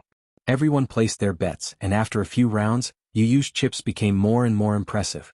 In the beginning, the crowd looked down on him, but now they were all following him to place their bets. The fiery atmosphere in the gambling hall was a sharp contrast. Although he had won a lot of chips, the child's face was still calm. He only smiled and played with the chips in his hand. The banker's forehead was sweating and he didn't dare to make a move. More and more gamblers followed behind Yu, but the banker still did not place his bet. Yu suddenly looked up. He raised a finger lazily and shook it gently. He said mildly, "You can't." Chapter 10-12. He had been in the casino for more than 20 years and had been playing since he was 10 years old. This lad was clearly trying to humiliate him. However, despite his anger, it was an undeniable fact that he had lost to a child. He had never lost so thoroughly in all his years of playing. He did not even have the will to fight anymore. The dealer pushed down his chips and simply admitted defeat. Yu looked at him with a smile. A dealer in a purple uniform walked up to him and carefully collected all the chips he had won. Xiao Yichen whispered in his ear in disbelief, "Yu, are you that good? You actually won more than a few million." Yu glanced at him from the corner of his eyes and hooked his finger at him. Xiao Yichen leaned over. Yu said flatly, "Idiot, I cheated." Xiao Yichen. In the small dark room, the atmosphere was heated. It was the time for endless battle. The first time was naturally accompanied by pain, but compared to the seemingly endless emptiness and stimulation in Lu Jingtian's body, it was nothing. With the guidance of the drug, she seemed to have turned into a flirtatious vixen. She twisted her body seductively and cooperated fully no matter what position he took. Li Dongqiang was the first to admit defeat and was somewhat helpless. It had to be said that this drug was really very strong. Even if it was a jade maiden, it could also turn her into a slut. While he was panting, Lu Jingtian came up to him again, panting heavily. The impatience on her face showed that she had no intention of giving up. Li Dongqiang did not want to do it at first, but the drug had yet to wear off, so he could not push her away no matter how hard he tried. Moreover, he had to take into account his male dignity in front of his underlings. Thus, he secretly took a pill, regained his manhood, and pounced on her anxiously. His breathing was chaotic. His breathing was disorderly. The scene was especially unbearable for a moment. The small iron bed kept shaking and creaking. Under the violent movements, it made a sinister sound. This was the rhythm of squeezing them all dry. Lu Jingtian had no idea what earth-shattering thing she was doing. Neither was she aware of the lewd expression on her face, nor was she aware of her high-pitched moans. It took a full 2 hours for the drug to wear off. 5 to 6 men took turns to do it before the drug finally wore off. Wasn't this drug too powerful? Wasn't this the rhythm of wanting to destroy him? The others were also exhausted, and the room was filled with the sound of panting. When things calmed down, Li Dongqiang felt that his waist was about to collapse. He threw himself onto the bed. His waist was sore and painful. It was simply unbearable. It seemed that this kind of thing should really be controlled. Now that his vitality was greatly damaged, it seemed that he would not be able to recuperate for 3 to 5 days. On the other side, the effects of the drug had subsided, and the fire in her body had mostly been vented. Lu Jingtian finally regained her senses, but when she saw the unbearable scene before her, she was first stunned before her face turned ghastly pale. What happened? Without waiting for her to react, a scream escaped from her throat. You guys, she held her face and screamed continuously. Suddenly she realized that she was naked. Looking down, she realized that she was completely naked. This frightened her even more. Chapter 10:13. Only then did she realize with a start that she had lost her virginity. Oh God, what's going on? She wanted to scream, but she was too frightened to do so. She blinked her eyes and large droplets of tears rolled down her cheeks at once. What's going on? She hurriedly grabbed a piece of clothing from the side. She did not care whose it was as long as it could at least cover her body. She was so frightened that her body kept retreating backward. Her pale face suddenly turned purple as her lips trembled uncontrollably. Humiliation. She felt a bone-chilling humiliation. She came from a well-to-do family, and her upbringing was very strict. Therefore, even when she grew up, she was like other girls who liked to play and make friends, but she always stuck to her bottom line. Her father taught her that a girl's chastity was the most important thing. But now, everything had been destroyed. She had actually lost her virginity to this group of ruffians at the bottom of society. Lu Jingtian's whole body trembled as she kept sizing up Li Dongqiang, who was sitting at the side and panting heavily. Her heart sank to the bottom of the valley. Women always had many beautiful fantasies about their first time. Alas, she would never have thought that her first time would be cruelly sullied by these ruffians in front of her. Looking at Li Dongqiang, looking at his dark skin, ugly and ferocious appearance, his body full of fat, and especially that fat and oily big belly, she was even more disgusted. At this moment, her face was as contorted as it could be. She bit her lower lip angrily, and the humiliation was so deep that it bled. B*****. You bunch of beasts. Shameless. Scumbag. Lu Jingtian cursed the moment she opened her mouth, using the most insulting words she could think of. Smack. Li Dongqiang gave her a slap. Slut. Who was the one who stuck to me just now? What's the point of being a B****tc? D****it? Shameless. He scolded. She held her burning cheek aggrievedly. Her eyes were red and swollen, and they were bloodshot as she glared at them hatefully. If you didn't use any underhanded means, do you think I'd be interested in you? All of you look like pigs. Shameless. B****tc. Lu Jingtian seemed to have lost her rationality as she let loose a torrent of abuse. Lu Jingtian scrambled to put on her clothes. Looking at the bruises all over her body, she was in a sorry state. She suddenly couldn't hold it in any longer and broke down in tears. She covered her face and deeply felt that she had no face to see anyone. Oh, you bunch of beast scum. I hate you to death. The door suddenly opened. Yun Tianyu and Xiao Yichen walked in. Everyone in the room had put on their clothes and the scene seemed calm. However, from the redness on their faces and the lingering charm in the air, Yun Tianyu knew that they had just experienced an intense battle. He laughed, but his expression was cold. Have you enjoyed yourself to your heart's content? Asked the boy in a calm and unhurried tone. Have you had enough fun? This brat. Chapter 10:14. It has nothing to do with my mommy. Xiao Yichen coldly snorted. Bad woman, you're the one who bullied my mommy first. We're just returning the favor. Lu Jingtian only felt embarrassed and ashamed, but more than that, she flew into a rage out of humiliation. Yu's cold and mocking gaze almost drove her crazy. She completely lost her rationality. If she could, she really wanted to strangle him and tear his hateful face apart. She really couldn't wait to make these two brats disappear from her sight. B****rd. She rolled off the bed and pounced on Yun Tianyu. Yun Tianyu, however, did not move. He was not afraid of this crazy woman at all. Alas, she had forgotten about the chaotic battle she had just gone through. Just as her toes touched the ground, she felt her legs give way and fell to the ground with a plop. Her limbs were as heavy as lead and she could not even lift her wrists. She was filled with resentment. Yun Tianyu smiled coldly and took a few steps toward her until he was right in front of her. He lowered his head and looked at her from above, admiring the changing expressions on her face. Humiliation, resentment, madness, pain, despair. Everything was in his eyes. He admitted that his method was indeed cruel. However, this was the only way to appease the hatred in his heart. He would never forgive anyone who touched his reverse scale. A pitiful person must have something to hate. Yun Tianyu told Li Dongqiang, "Send her back." Li Dongqiang nodded, but he was still panting heavily. He had yet to calm down and was on the brink of exhaustion. Yun Tianyu turned to leave, but he suddenly thought of something. He turned back and bent slightly. His cold and unfathomable eyes met with Lu Jingtian's dazed ones. "Don't blame me for being ruthless if you dare to make a fuss about what happened today." Lu Jingtian was stunned. This child had a charisma that made one unable to look him in the eye. That pair of cold eyes actually oppressed her to the point that she couldn't breathe. "I'll let you off today, but if you dare to bully my mommy again..." Yun Tianyu paused and narrowed his eyes. "Do you believe me? With just a word from me, the entire Lu clan will die without a burial ground overnight. Do you believe it? With just a word from me, the entire Lu clan will die without a burial ground overnight." These extremely bold words seemed to come from the mouth of an emperor who could summon the wind and summon the rain. Lu Jingtian's mouth was agape, but even after the two left, she still could not regain her senses. The fear in his heart was suddenly magnified. Lu residence.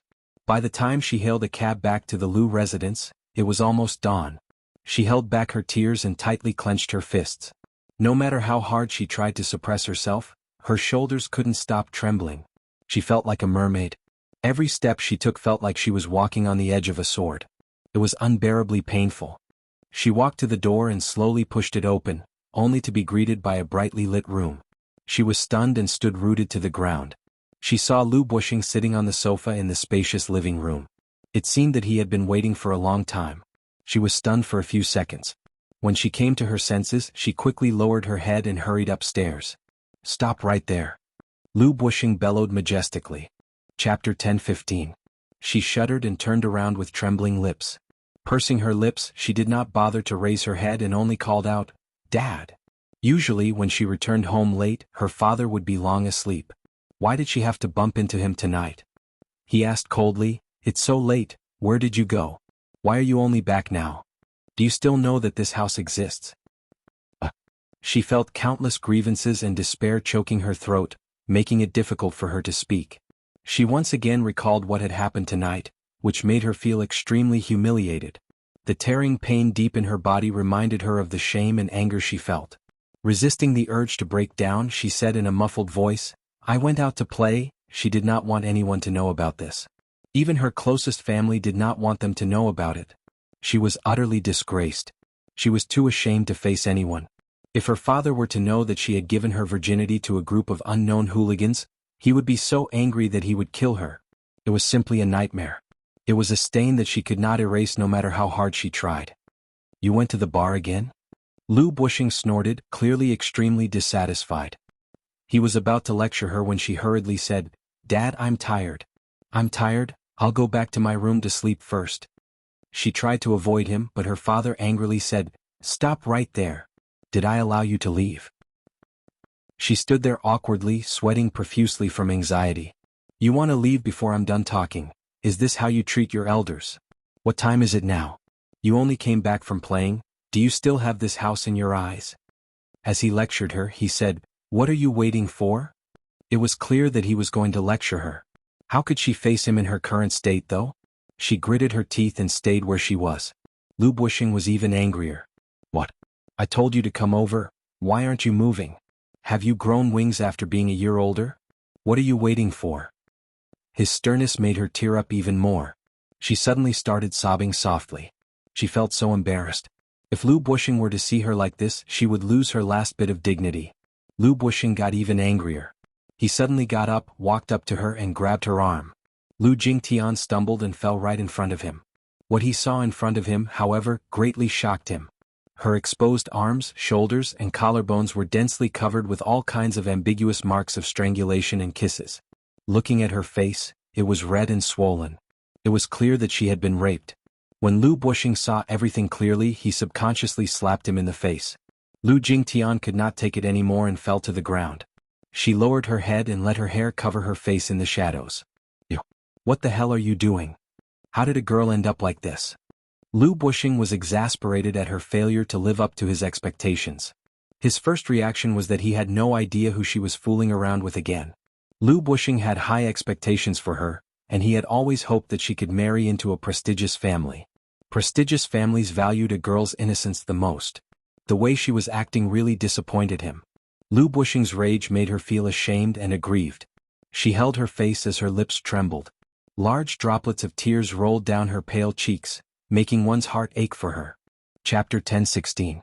Lu Bushing's rage made her feel ashamed and aggrieved. She held her face as her lips trembled. Large droplets of tears rolled down her pale face, making one's heart ache for her.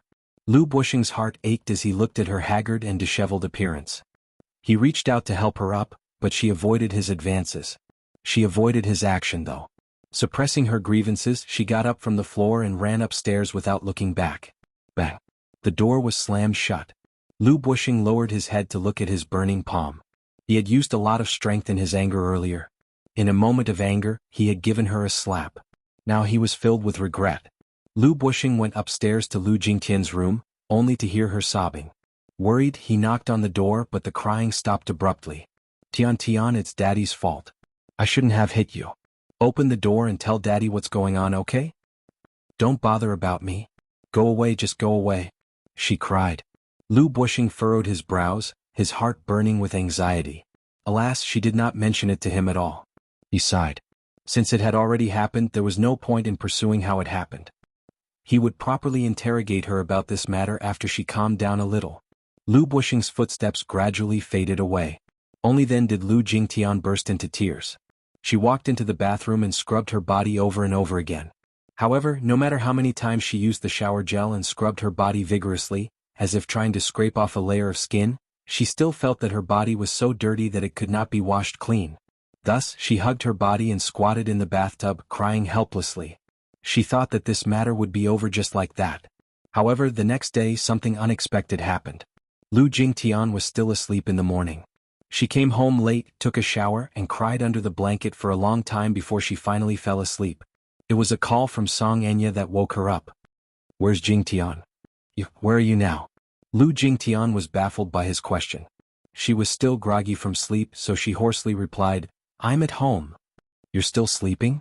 Song Anya was dumbfounded. She was still sleeping like nothing had happened even after such a big thing had happened. Lu Jingtian was even more confused now. "I slept very late last night? And what's wrong? From your tone it sounds like something bad has happened. You'd better take a look at Weibo yourself."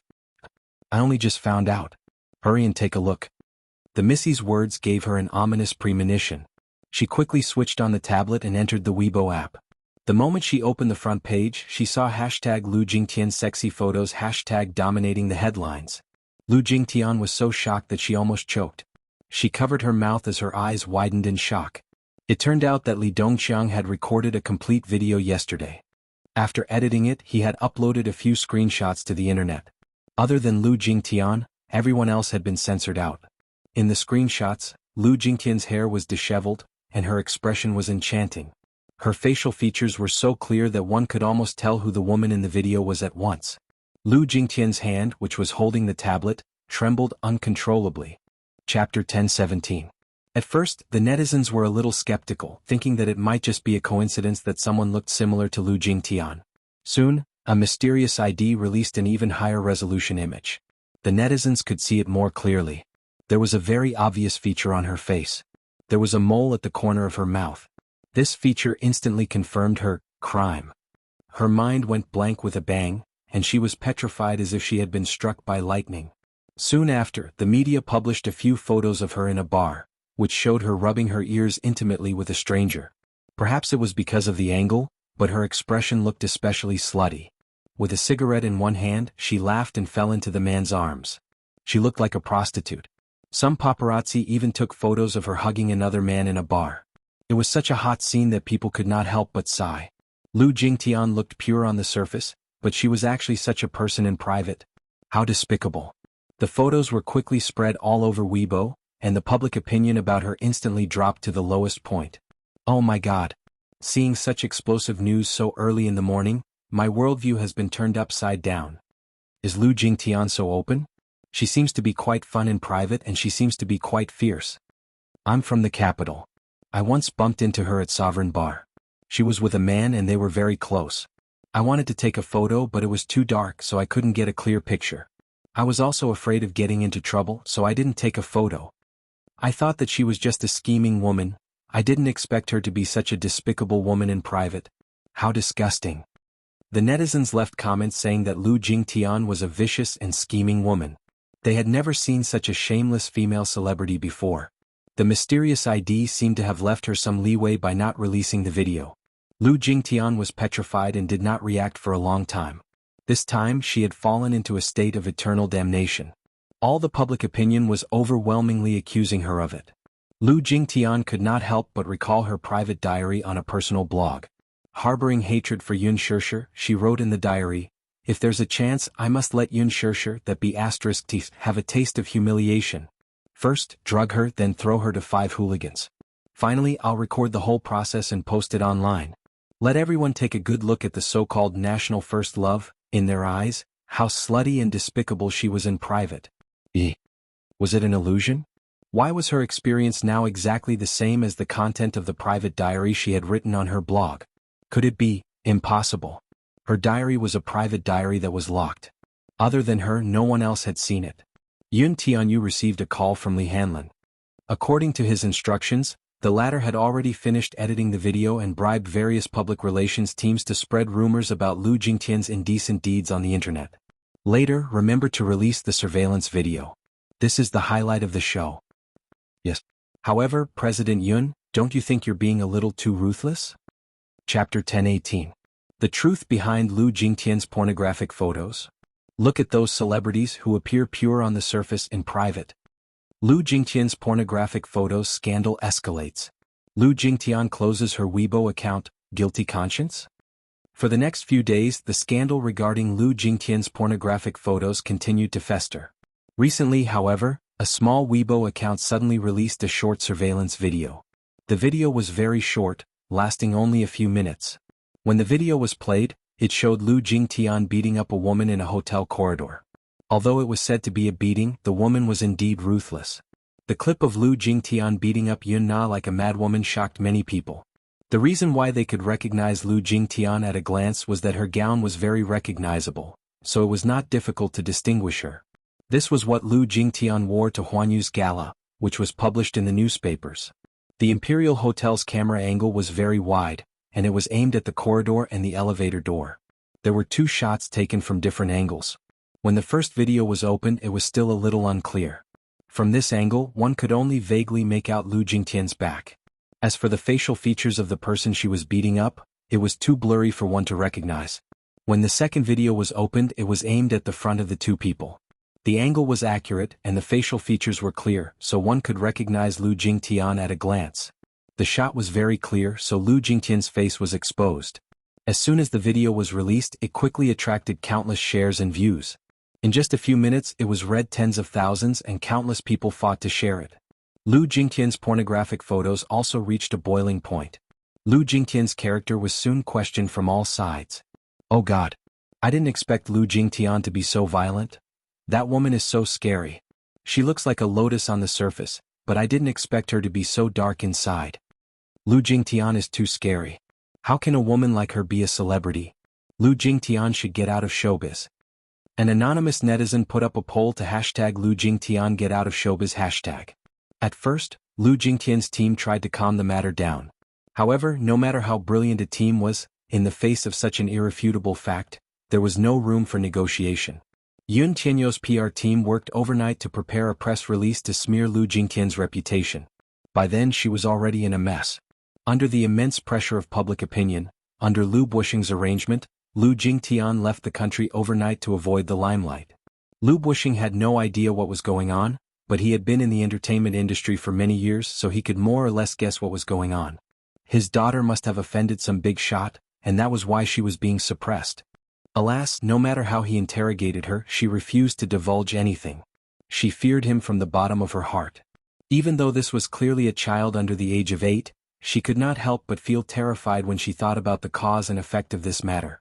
In just one night, this child was able to ruin her reputation effortlessly.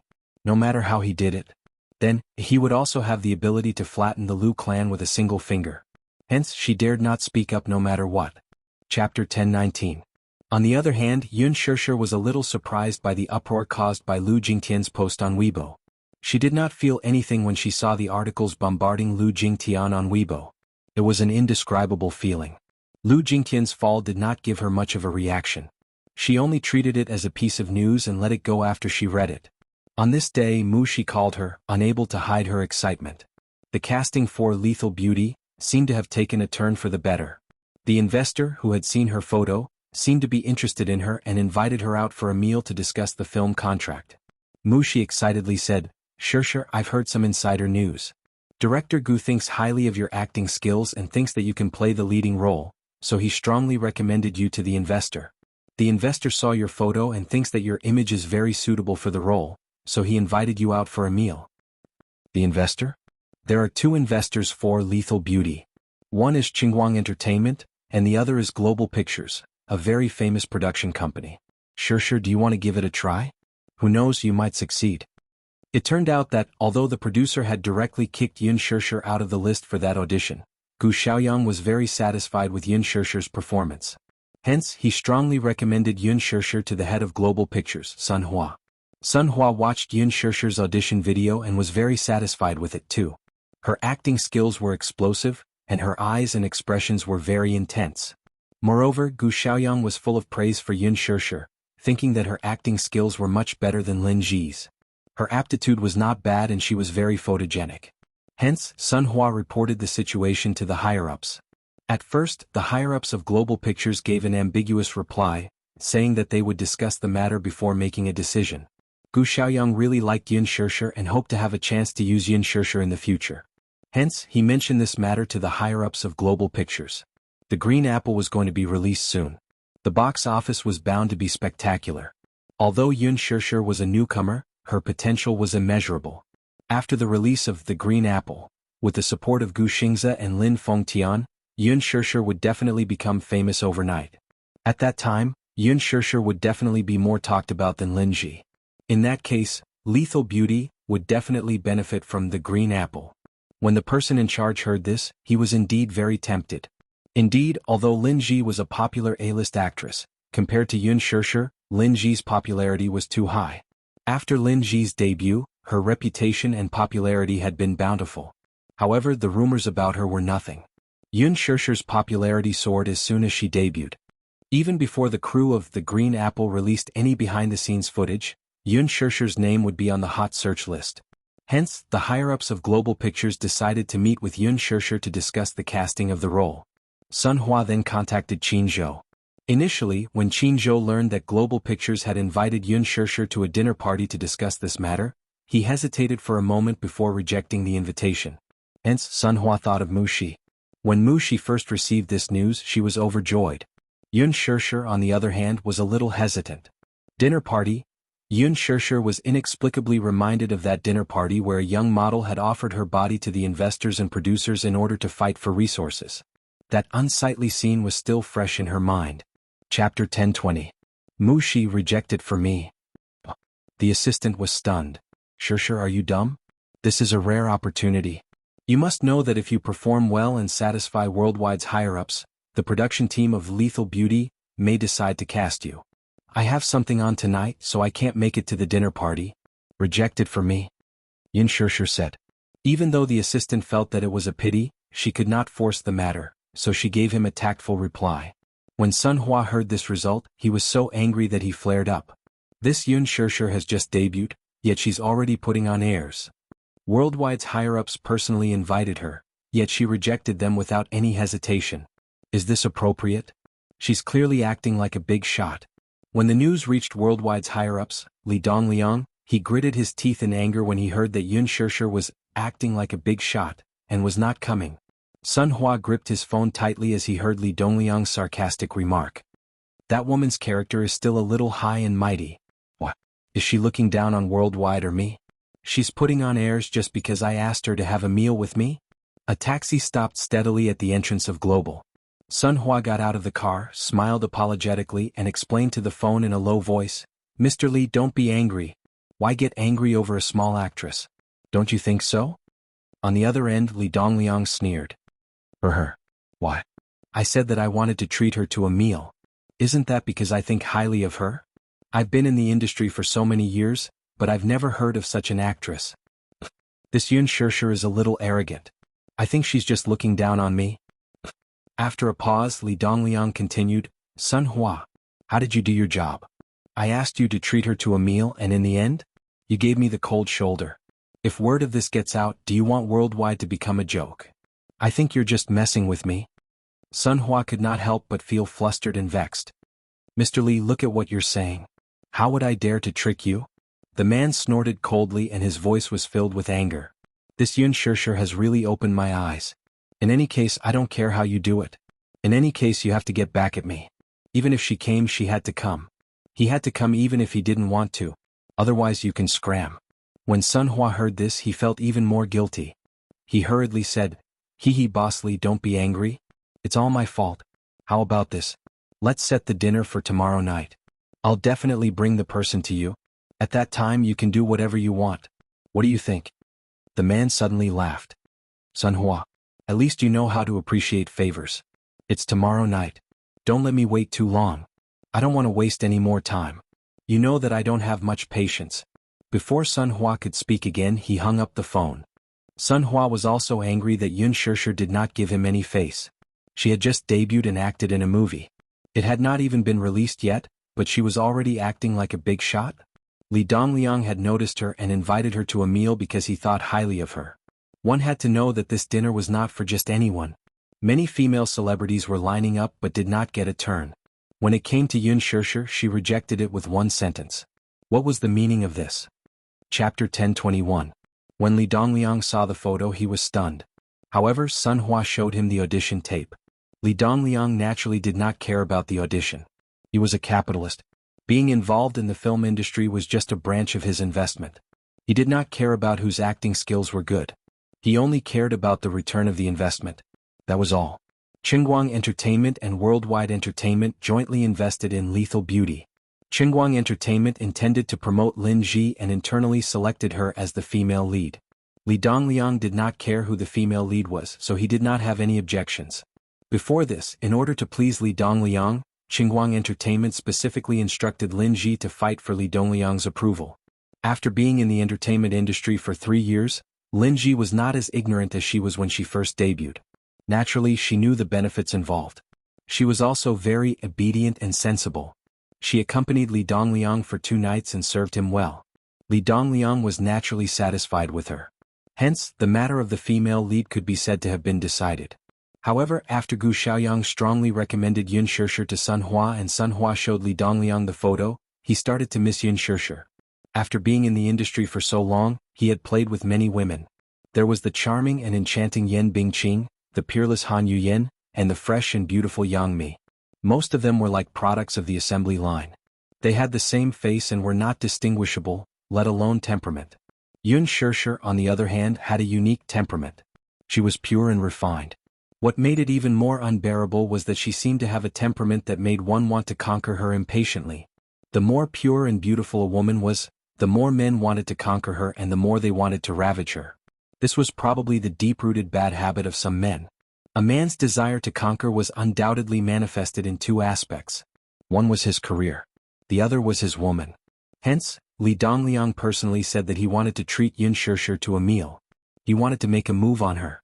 Who knew that Yun Shirshir was not a person who knew how to play the game? She actually rejected him? However, Li Dongliang was indignant. Wasn't this clearly embarrassing him? He scolded Sun Hua badly. The next day, Sun Hua drove to Huanyu Tower and directly found the head of Huanyu's public relations department, Kong Xiaoqian. Speaking of Kong Xiaoqian, she was the head of Huanyu's public relations department. She was very young, but she had already become the head of the public relations department. How capable was she? That's not true either. Huan Yu's internal relationships were intricate and complicated. Anyone who could occupy a place in Huan Yu's upper echelons had a lot of connections behind them. Kong Xiaoqin was the daughter of the Kong Consortium. The relationship between the Kong Consortium and the Mu Corporation could be traced back to more than a decade ago. The cooperation between the two families was not shallow. Just the East Bay project that the Kong Consortium had just taken over from the Mu Corporation was worth several billion yuan. Kong Xiaoqin majored in public relations in university. After graduation, her father arranged for her to enter Huan Yu's public relations department. A few months later, she was officially appointed as the deputy head of the public relations department. Now he had been promoted to the level of a minister. After sitting down, Sun Hua went straight to the point and brought up this matter. Department head Kong, there's an artist called Yun Shirshir in your company. Do you remember her? Chapter 1022. Kong Xiaoqin had gone abroad a few months ago to prepare for delivery. She had just returned not long ago and had not finished handing over the company's affairs. We've worked together for so many years, but this is the first time I've seen such an arrogant artist under Huan Yu. She just debuted and acted in a movie, and she's already so arrogant? The movie hasn't even been released yet, and she's already acting like a big shot. How is this appropriate? Kong Xiaoqin fiddled with her beautiful nails as she smiled and said, Manager son, calm down too. Don't get angry over a small artist, haha. It's not worth it.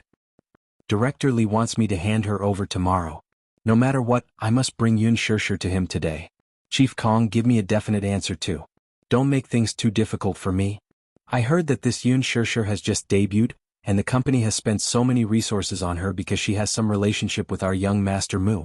Who knows, maybe she's young Master Mu's pet. Kong Xiaoqin smiled sweetly as she spoke as if she was a rich man's daughter. Pet was a jargon in this industry. It meant that she was a mistress kept by a big shot. Sun Hua smiled contemptuously and said, no wonder she's so ostentatious. It turns out that she's hooked up with young Master Mu. She just debuted and got the female lead role in Director Lin's movie. She stole the limelight and was unrivaled for a while.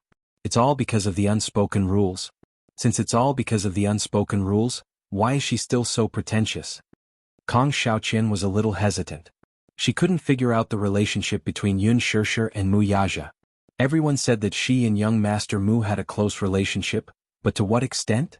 She didn't know.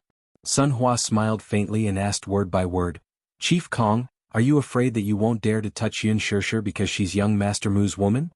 Kong Xiaoqin said, Manager's son, if she's really young Master Mu's woman, I won't dare to touch her at all. How is that possible? Young Master Mu would fancy a woman in the entertainment industry? Sun Hua snorted coldly. After all, even if she's Master Mu's pet, he's just playing with her. Young Master Mu was as precious as gold and jade. How could she be a match for him? One was in heaven while the other was on earth.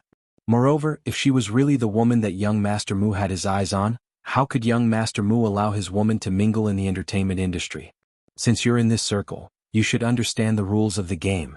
Pausing for a moment, Sun Hua sneered coldly, since she likes to climb up high so much, then with this opportunity in front of her, why doesn't she hurry up and climb up the pole? If she served Boss Li well, she would be rewarded handsomely. Naturally, you will also get your share.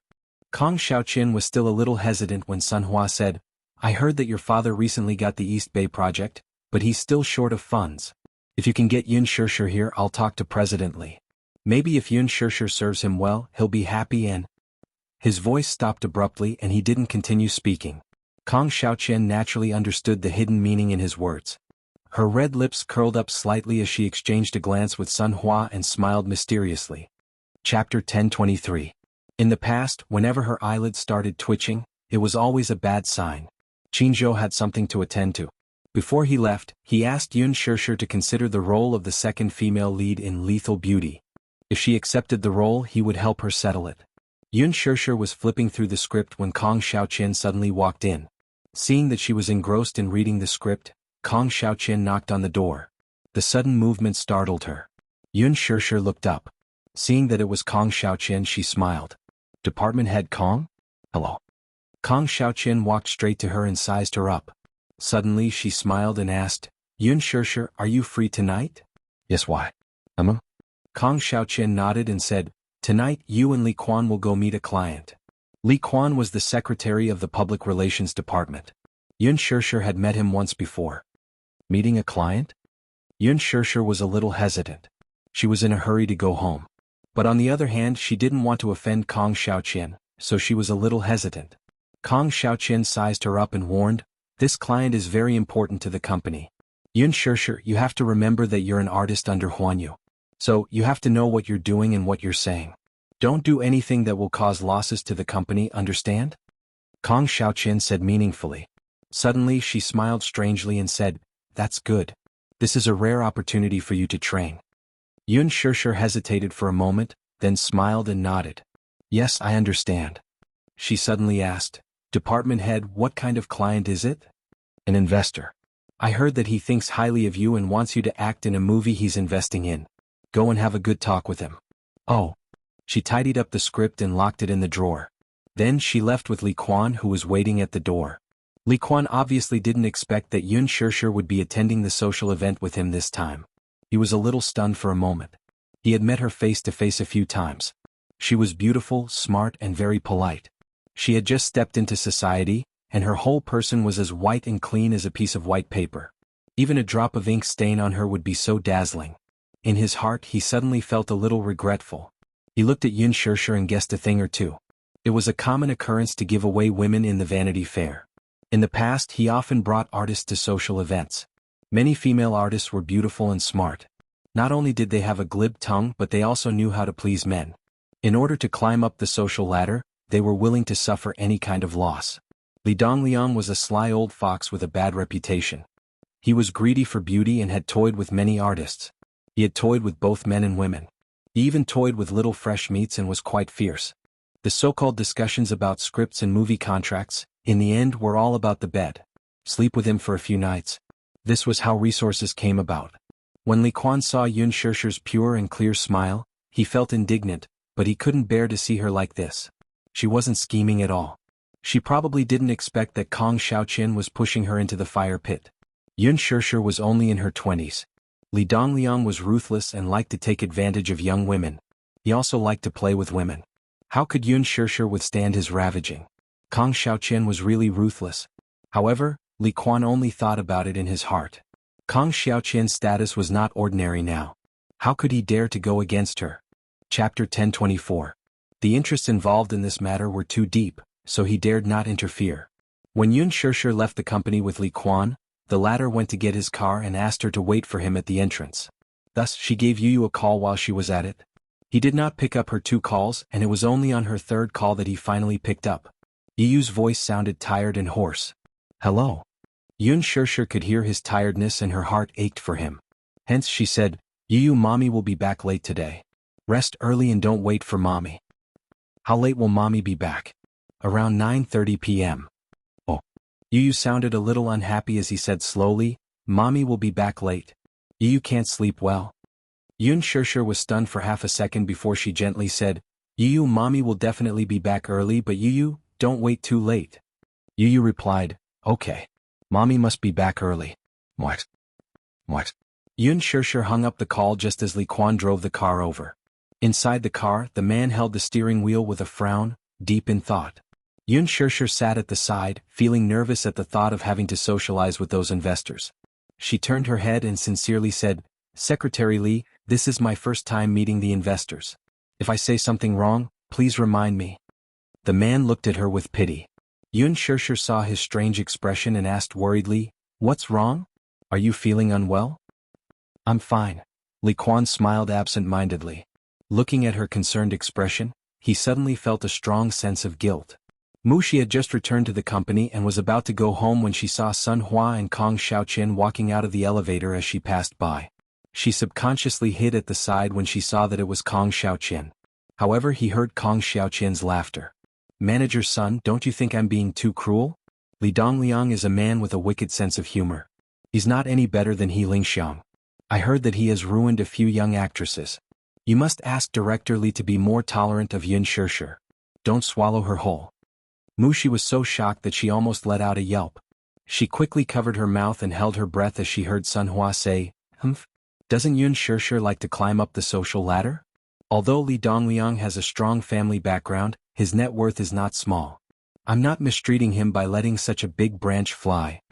Kong Xiaoqian smiled. Sun Hua continued, this Yun Shirshir is a stunner. It was no wonder that Mr. Li was so attentive to her.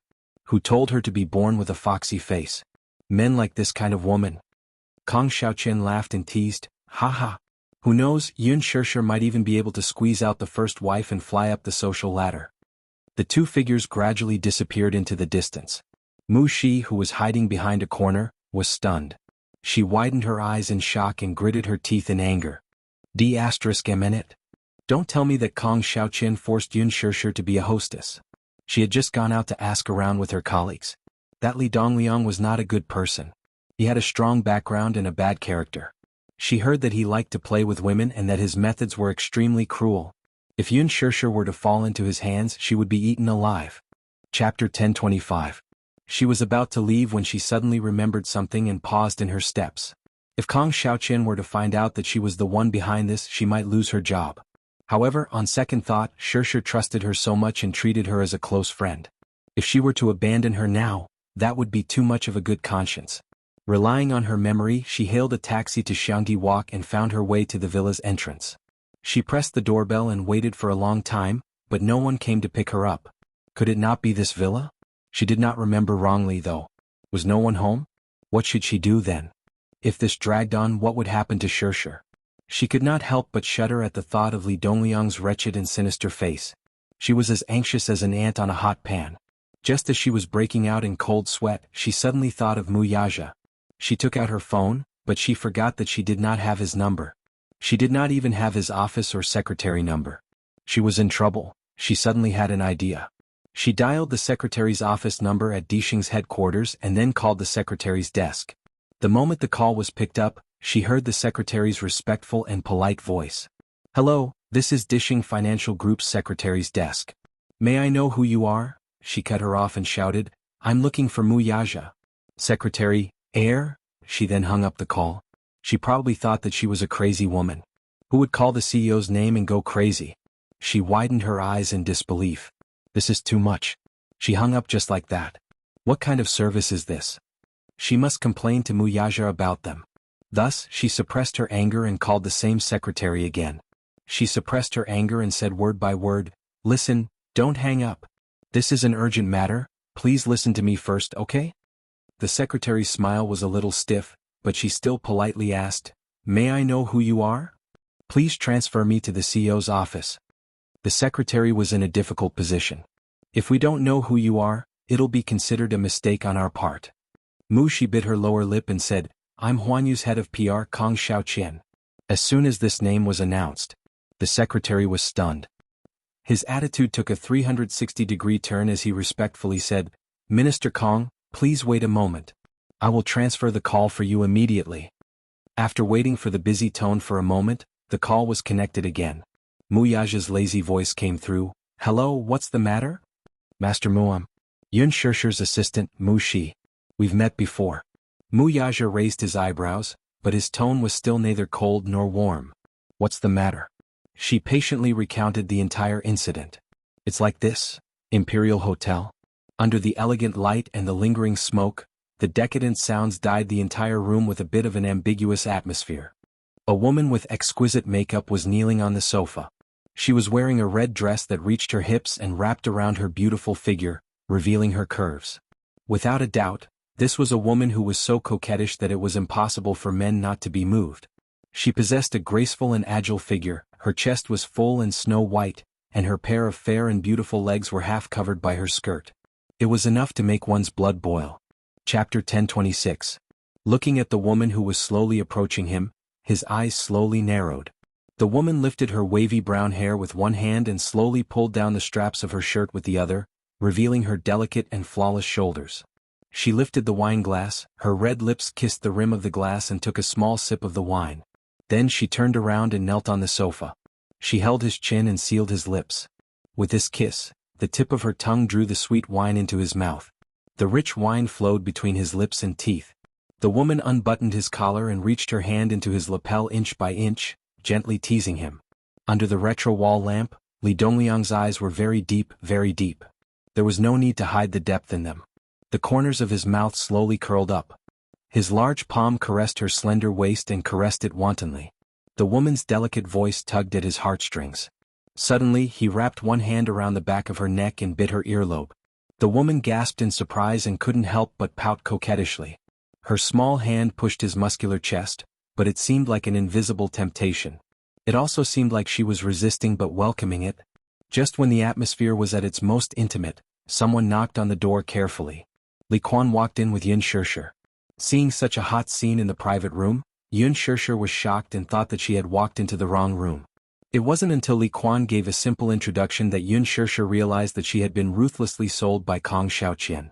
What did she mean by meeting the investor, Li Dongliang? Wasn't he the executive from Universal Pictures who had asked to meet her 2 days ago? Could it be a Hongmen banquet? However, since she was already here, she might as well take things as they came. Li Dongliang narrowed his eyes and sized up Yun Shirshir. Although he had seen her photo, she was even more stunning in person. She was a beauty, a complete beauty. Her skin, even without any makeup, was still fair and flawless. Her beautiful eyes clearly didn't have any eyeliner, but they were so long and flirtatious, charming and moving. Her nose was tall and straight, and her lips were soft and moist. She was natural and clean, but she had a kind of soul-stirring beauty. This type of beauty could not be replicated. It was unique, just like a poppy, dangerous yet beautiful. It possessed a type of fatal allure. Li Dongliang looked at the charming woman in front of him. He gently lifted her chin and looked at the delicate makeup on her face. She was a new artiste signed by Haina Entertainment Company. With the dazzling halo of the Miss Asia champion, she was now very popular in the circle. Right now, the model wanted to get herself a role in a blockbuster film invested in by Universal Pictures. Therefore, under the recommendation of her agent, she had this opportunity. How could she let this rare opportunity go to waste? Naturally, she had to perform well. But for some reason, when compared with Yun Shirshir, this woman in front of him instantly paled in comparison. Although she was beautiful, her beauty was too rigid and monotonous, like the product of an assembly line, too empty. When he looked at Yun Shirshir again, every inch of her facial features was extremely lively, especially her eyes, which were shining and captivating. Therefore, when Li Dongliang looked at the woman with heavy makeup on her face and glanced at the 2 layers of fake eyelashes, he couldn't help but feel disgusted. Suddenly, he lost interest and coldly pushed her away. Chapter 1027. The woman looked at him in surprise, but she understood that Li Dongliang was no longer interested in her. And she was no longer attractive to him. She lowered her head and bit her lip. She felt a little unreconciled and strange. It was going well just now, but she didn't understand what went wrong. At the same time, she was secretly angry at the woman who barged in. The atmosphere was just right and it was about to go smoothly, but she ruined it. She couldn't help but feel a little frustrated. She helplessly tugged at his sleeve and blushed. She felt wronged and murmured, "Director Li, what's wrong?" Li Dongliang didn't even look at her. "Get out." Then my role? Get out." The woman was unwilling, but she got up helplessly and left the room.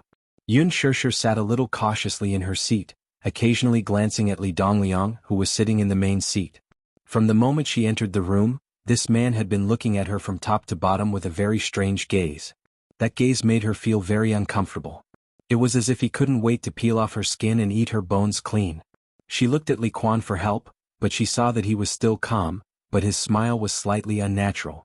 At the banquet, the topic originally revolved around the interests and cooperation of the 2 companies. Everyone sitting there was a knife hidden in their smiles. You could often distinguish 3 meanings from one sentence. They had dug a trap and were waiting for you to jump into it. This was one of the few occasions that Yun Shirshir attended such events. How many of the faces on the table were real? Everyone seemed to have their own ulterior motives. After half a glass of wine, the smiles on the table gradually became a little impure. They began to talk about things that Yun Shirshir had never heard of, such as how much a certain female star was paid for a night, or a certain socialite being kept as a mistress. Li Dongliang was even more slovenly when he opened his mouth. He said boldly, "Don't look at those female stars on TV. Who knows which sugar daddy they are having sex with in the middle of the night? Ah, that's all on the surface. But in reality, it's all dirty. Do you know that song Queen from Hong Kong? Do you know why Yang Shouqing wants to support her?" Everyone was all ears. Li Dongliang snorted coldly. First, this woman and Yang Shouqing's 8 characters are compatible.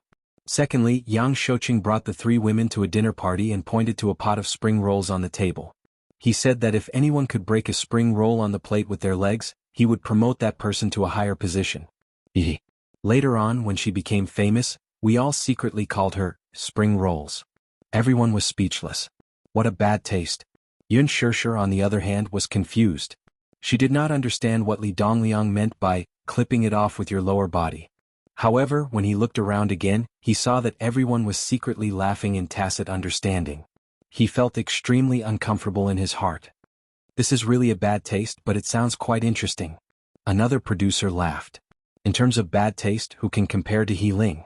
What do you mean? Chapter 1028. Ah, isn't that so?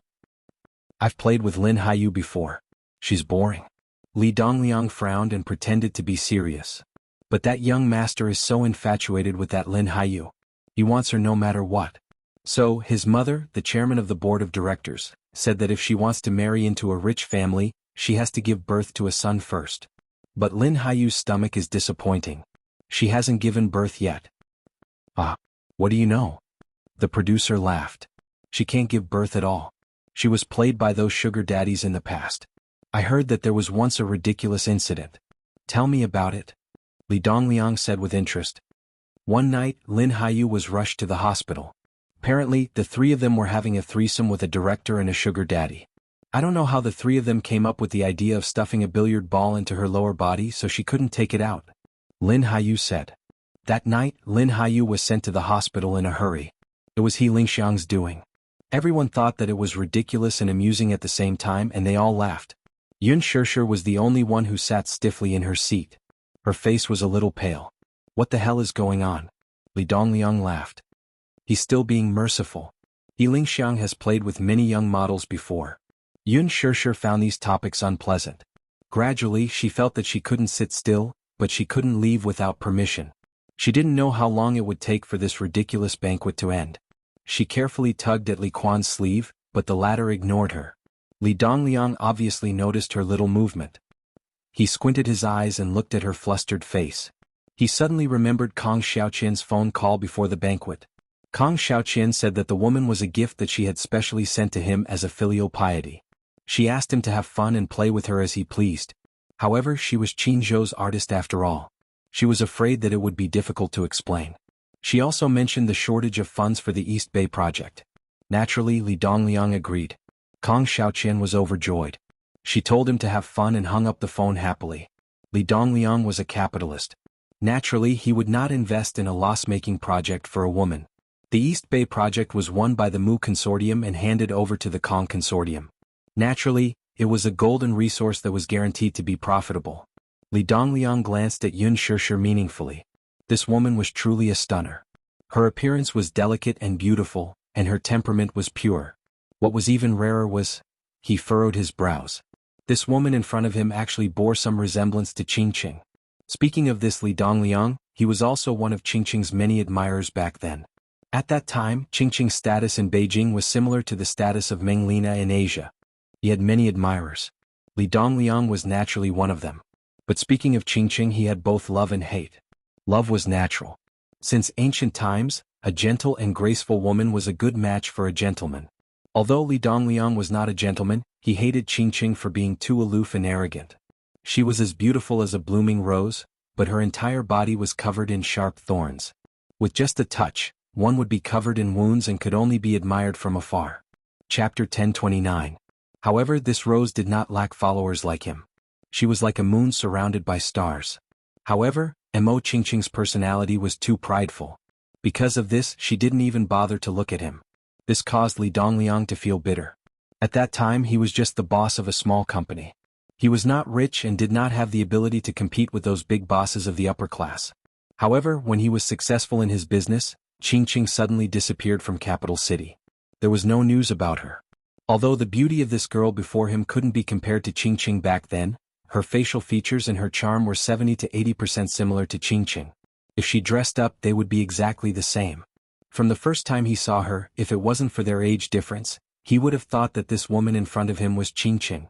It was common for business to send women as gifts. In this day and age, how many companies had a clean public relations department? Since it was Kong Xiaoqian who sent this woman to him, he did not need to pretend to be polite. He was very satisfied with this woman. Looking at her young face and thinking about her seductive posture in bed, he could not help but feel a little aroused. If it wasn't for his face, he really wanted to hastily end this boring banquet and bring this charming little woman along to have some fun. However, this woman did not seem to give him any face. She did not even touch the wine in front of her. No matter how he tried to persuade her, she refused again and again, claiming that she could not drink. This must be a joke. She could not drink? The entertainment industry was half a Vanity Fair.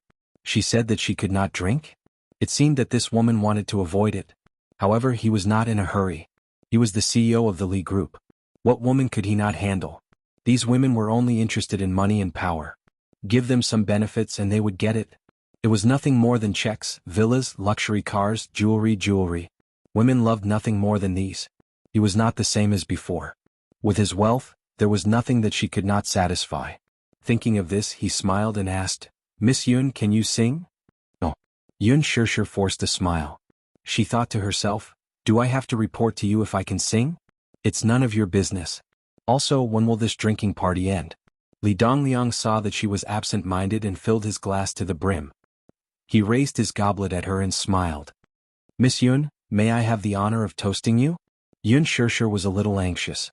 She looked at the time in the sky outside the window. Seeing that this big boss wanted to propose a toast to him, he couldn't help but feel a little awkward. He pursed his lips and said apologetically, "Director Lee, I'm sorry. I can't drink today." "Isn't that a little inappropriate?" Li Dongliang was a little dissatisfied in his heart. This little woman didn't even give him face? He squinted his eyes and rebuked, "You should at least have a drink. Don't ruin everyone's mood. How can there be no reason not to drink at the table?" Yun Shirshir was extremely embarrassed. This Li Dongliang had put it this way. If she didn't drink it, she wouldn't be giving him face. Chapter 1030. She really couldn't drink. If she could hold her liquor well, not to mention Li Dongliang, everyone at the table would have forced her to drink until she passed out. At the thought of her not giving him face, Li Dongliang might be dissatisfied with her attitude. Or perhaps because of this, the film contract might fall through. Yun Shirshir was so shocked that she was trembling all over. But when she thought of Mu Yaja finding out that she looked like the reincarnation of Satan after drinking, she suddenly felt her hair stand on end. On second thought, she still felt that she could offend Li Dongliang but not Mu Yaja. Thinking of this, she shook her head and said tactfully, half jokingly and half seriously, "Sorry, I really can't drink. If I can hold my liquor well, I'll give you a toast." Li Dongliang smiled and narrowed his eyes as he asked, "Miss Yun, you can't hold your liquor well?" Yun Shirshir said embarrassedly, "Yes, I'll be drunk after one glass." Li Dongliang also smiled playfully and said cheerfully, "Miss Yun really knows how to joke. How can you hold your liquor so badly? If you can't hold your liquor well, you need to train more." "Train my ass. If you could train your liquor well, anyone could drink." Yun Shirshir smiled as she cursed in her heart. She poured some tea and used it as a substitute for alcohol to give Li Dongliang a toast as an apology for her negligence. Li Dongliang smiled as he drank the white wine in his cup in one gulp. His lips curled into a meaningful smile. The show had just begun.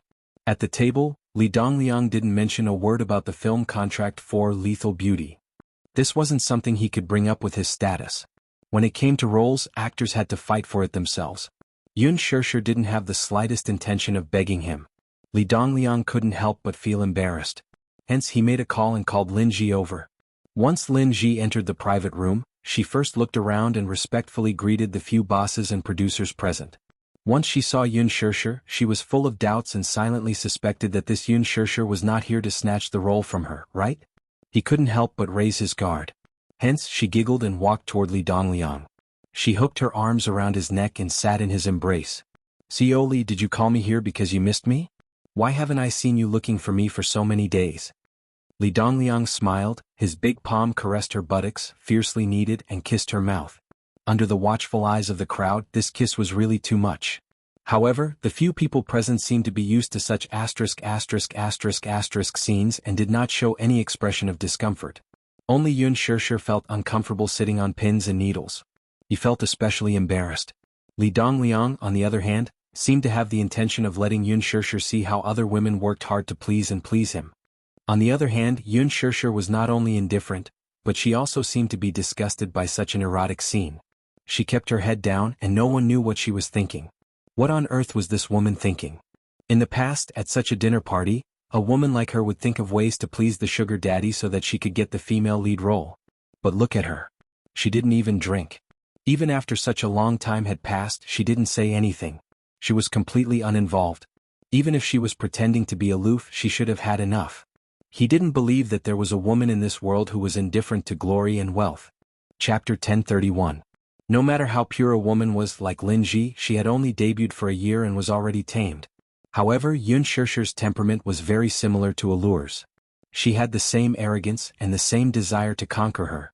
Lin Ji looked at Li Dongliang's eyes, which never left Yun Shishir, and suddenly felt a sense of crisis.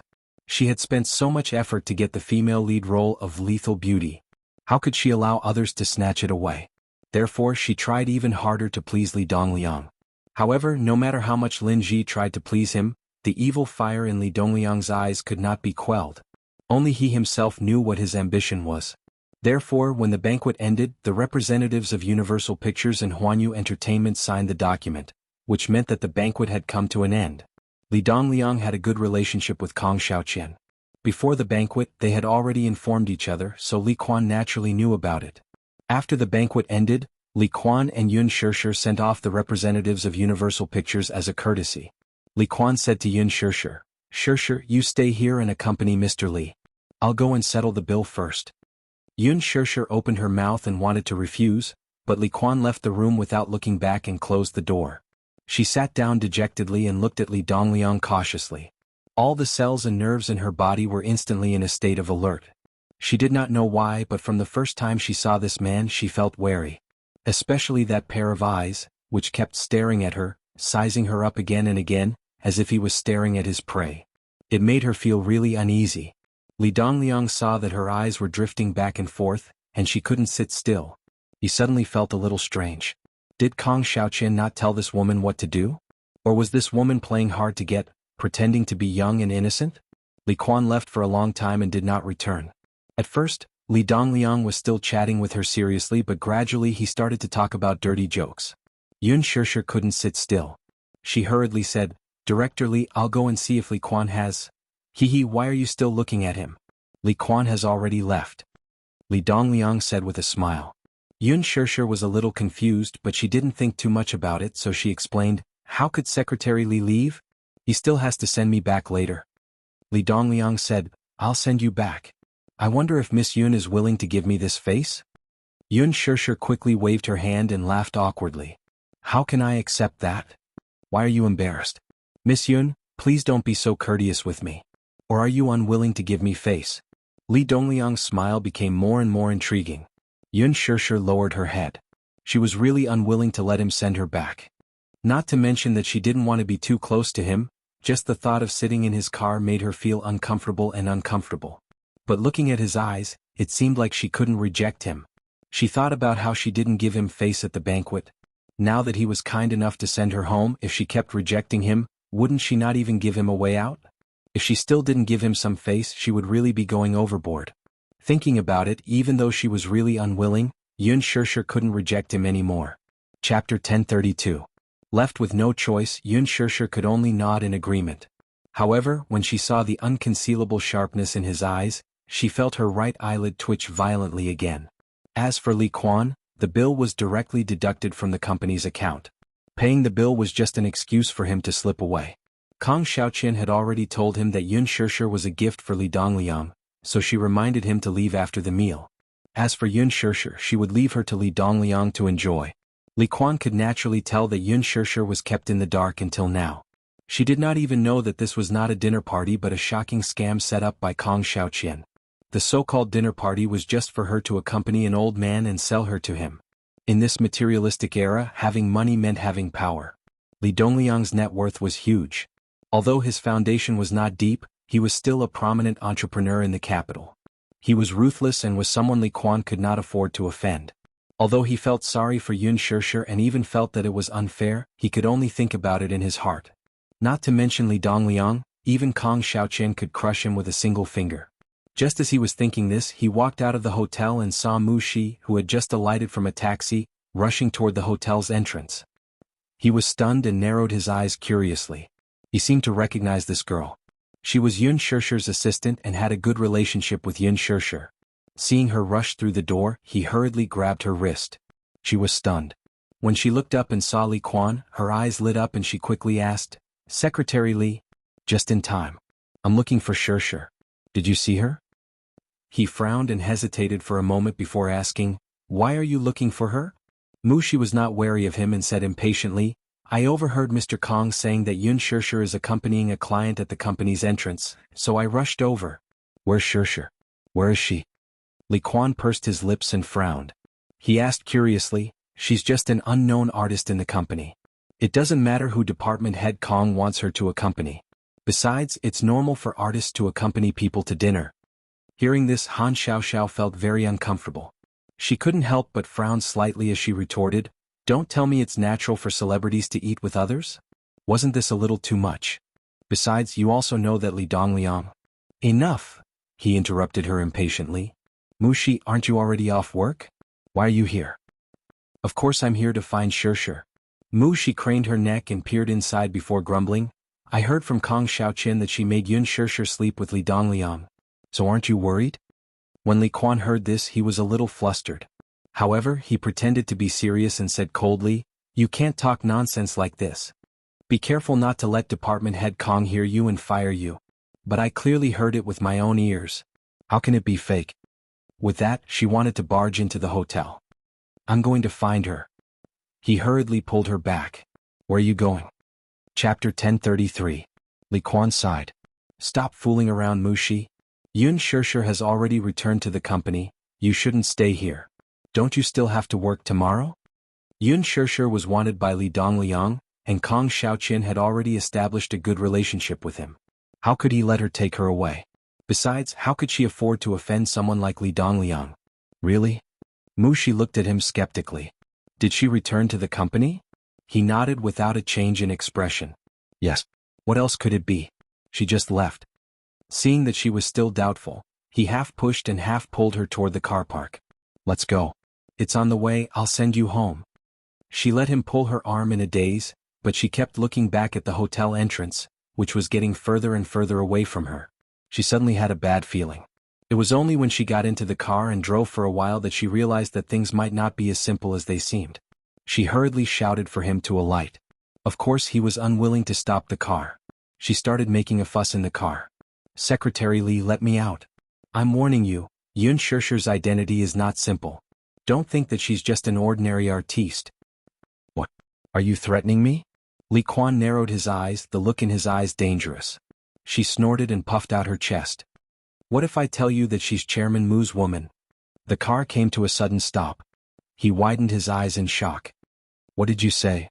"Yun Shirshir is Chairman Mu's woman. If she gets hurt?" You should have heard of Chairman Mu's methods. Don't blame me for not warning you when the time comes." She was not to be outdone. He was skeptical. If she's really Master Mu's woman, why is she working in a place like Showbiz? Mushi, being Master Mu's woman means endless glory and wealth. Mushi, where did you get this rumor from? What a joke. She snorted and mocked his ignorance. She did not care what he thought and immediately got out of the car. She slammed the door shut and said fiercely, "Li Quan, if anything happens to Shirshir, you're finished." After saying that, she turned around and ran towards the hotel.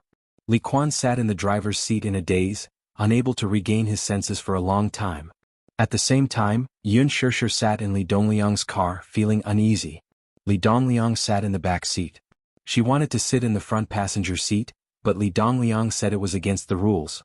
Thus, she had no choice but to sit in the back seat while trembling with fear. However, she deliberately kept a distance from him. She told the driver the address and sat close to the door.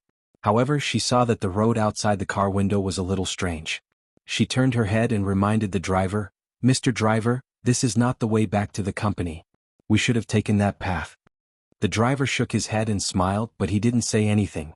Li Dongliang teased, "Don't worry, he knows what he's doing. Is Miss Yun afraid that we'll sell you out?" Yun Shirshir shook her head and then lowered her head without saying anything. She fiddled with her fingers. The atmosphere in the car made her feel extremely uncomfortable. She really wanted Li Dongliang to leave her by the roadside and take a taxi home alone. As the car sped along the road, the scenery outside the window kept changing. She felt more and more that something was wrong. Chapter 1034. She sat up uneasily and leaned against the window to look around. She frowned and said, "This is clearly going in the opposite direction of the company." Li Dongliang smiled eerily and said, "Of course not." Yun Shirshir turned around abruptly and asked, "Then where are we going?"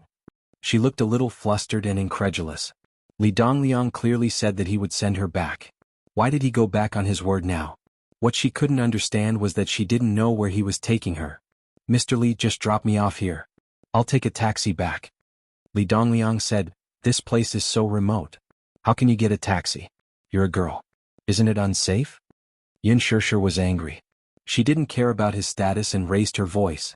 "Mr. Li, you have to understand that you're the one who brought me to this so-called remote place.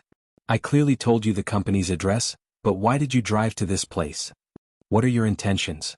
If you're really worried about me, it's useless to say all this here. Why don't you send me back to the company now?" Li Dongliang stared at her for a long time and suddenly laughed out loud. Yun Shirshir looked at him strangely. She really didn't know what was so funny. "Hurry up and send me home." "What if?" Li Dongliang muttered slowly, "I don't want to?" Yun Shirshir widened her eyes and looked at the evil glint in his eyes. She suddenly reacted and quickly forced herself to calm down. She narrowed her eyes and asked with a cold smile, "What exactly do you want?" Li Dongliang raised his eyebrows disapprovingly. "We're already in the car. Are you still going to play dumb with me? Don't you know what you're here for? Didn't Kong Xiaoqian teach you?" Yun Shirshir frowned. "What am I here for? Of course I'm here to discuss the film contract with you. But now that the dinner is over, don't you think you should let me go back?" She was not an idiot, nor was she a woman with a low EQ like Mu Yaja had described her to be. If she still couldn't tell what was going on, then she should really go for an IQ test. She could tell that the man in front of her was very interested in her. She could also tell that he had ulterior motives. She had already felt that something was wrong with him, but she didn't think too deeply about it. Firstly, during the banquet, he didn't make any aggressive movements or expressions towards her.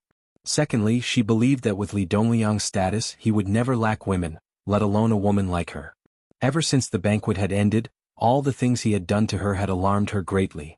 Therefore, she tried her best to keep a distance from him. When she first entered the company, she had heard about some unspoken rules. She had also heard about drinking and sleeping with others. However, she had never thought that such a thing would happen to her one day. Sleep with him? Company my ass. That Kong Xiaoqian is too much. He clearly knew that it was such an improper dinner party, yet he still let her come. He obviously did it on purpose. Yun Shirshir clenched her fists and said coldly, "Li Dongliang, I advise you to send me back. I'm not the kind of woman you think I am." Chapter 1035. "Oh? Then what do you want?" "Haha, I can give you anything." As he spoke, he slowly approached her like a wild beast eyeing its prey, his eyes radiating aggression. "Didn't you want the female lead of Lethal Beauty? I'll give it to you. How about it? You have to know that this role was originally reserved for Lin Ji. You saw how hard she tried to fight for this role. But as long as you serve me well with one word from me, this role will be yours. How about it?" Yun Shirshir kept retreating until her back was almost pressed against the car door. Her breathing quickened. "Or are you saying that one role isn't enough? What do you want? Just say it. Diamond? Villa? Or a luxury car? It's not like I can't afford it, as long as you perform well." As he spoke, he reached out to touch her cheek. Yun Shirshir waved his hand away and screamed, "Get lost. Don't touch me. Even if I want that role, I'll fight for it with my own abilities." Ah. As though he had heard the funniest joke in the world, Li Dongliang laughed sinisterly. "Abilities? You want to fight for it with your own abilities? Yun Shirshir, you're too naive. Be good, I won't hurt you. On the contrary, I'll dote on you a lot." Li Dongliang leaned close to her and smiled even more greedily. "How about it? Yun Shirshir, be my lover.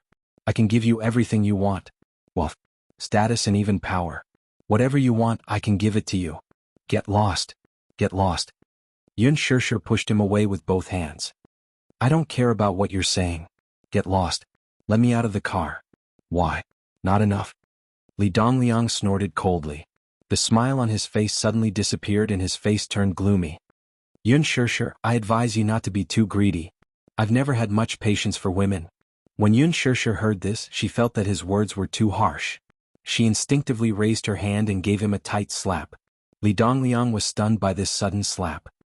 He covered his face and stared at her in a daze, as if he had never thought that this woman would have such guts. Yun Shirshir also realized what she had done on impulse. She retracted her hand in a daze, held her burning palm and bit her lip tightly. The scenery outside the window behind him kept changing. After a while, Li Dongliang finally regained his composure. However, he was so angry that he laughed. Yun Shirshir, how dare you hit me? Yun Shirshir raised her head and said word by word, Director Li, I think you misunderstood something. At first, I thought there was an important film appointment I needed to talk about. But I didn't expect this to be what awaited me. Since that's the case, I don't think there's anything to talk about between us. My work is over. It's my honor that you're willing to send me home. But if you're not willing, you can just leave me by the roadside. As for the lover, diamond villa, hee. Do I care? Even if I like it, Muyaja will give it to me. You don't have to do anything. Yun Shirshir smiled and said, Muyaja, how many Muyajas are there in the capital? Although she didn't want to bring up Muyaja, she had no choice but to do so in order to protect herself. Chapter 1036. Only then did she nod her head in agreement. Li Dongliang suddenly grabbed her collar and pulled her to his chest. He gave her a hard slap and coldly reprimanded, Damn it! Are you toying with me? Muyaja? If you're really Muyaja's woman, why do you need to be in the entertainment industry? Bah! With your status you still want to get close to young Master Mu? In your dreams. Why would he believe her words? Who was Muyaja?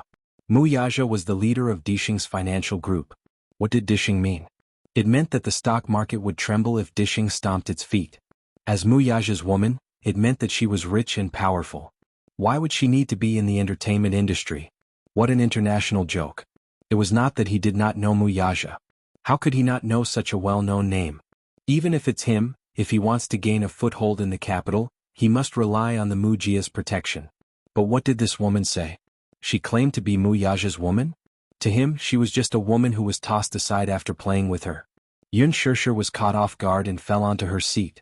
She was in a sorry state. Before she could get up, she was pinned down by him. Unlike Muyaja, this man did not know his limits. His entire weight was on her. Yun Shirshir was having a hard time bearing the weight of a middle-aged man. But more than that, she was filled with humiliation. She was an actress. It was because she loved acting and acting that she entered the entertainment industry. But why was it that in this man's eyes an actress was a lowly status? Was she as lowly as a prostitute? She desperately slapped his shoulders with both hands and screamed in horror, Don't! Get lost! Get lost! What are you trying to say? What? Do you still want to use that brat to pressure me? A sinister and obscene smile appeared on Li Dongliang's face, causing one's hair to stand on end. He reached out his hand without any fear and pinched her soft waist. He laughed wickedly. Ah, good. Even if you are Muyaja's woman, I'll treat you as his woman. Today was the perfect day. I want to have a good taste of Muyaja's woman. As he spoke, he pinched her chin and bit her neck. Yun Shirshir cried out involuntarily.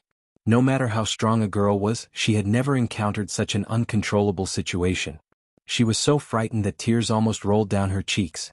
She kept struggling and pushing him away. She bit and hit him on the shoulder like a wild cat that had gone mad. Even Li Dongliang could not withstand such a violent struggle. His face was hit many times and it was burning with pain. He raised his head and slapped her angrily. Seeing that she was still restless, he really wanted to do her in the car. Yun Shirshir was no match for him. She knew what was going to happen next. She screamed at the top of her lungs, Li Dongliang, don't tell me you want to offend Muyaja? Li Dongliang was stunned as he looked at her tear-stained face. She looked pitiful and aggrieved. But that gaze was still extremely sharp and even had a hint of provocation. It was simply an eyesore. In his eyes, Yun Shirshir's domineering attitude was akin to that of a proud and spoiled canary. Did men not understand men? Chapter 1037. Li Dongliang guessed that Muyaja was only interested in her on the spur of the moment. With his status, he was used to seeing women who flocked to him like a flock of ducks. Once in a while, there would be an arrogant and unruly woman. Naturally, he would find it interesting and tease her a little. However, as time went by, his interest in teasing her faded. One must know that a man of Muyaja's status would not be interested in just any woman.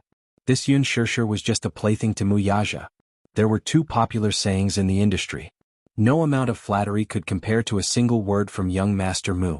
It was hard to climb into the entertainment industry, but the hardest part was climbing into young Master Mu's bed. Did this woman really think that young Master Mu was sincere toward her? He suddenly inched closer to her face and laughed in a low voice. You're just a woman. What?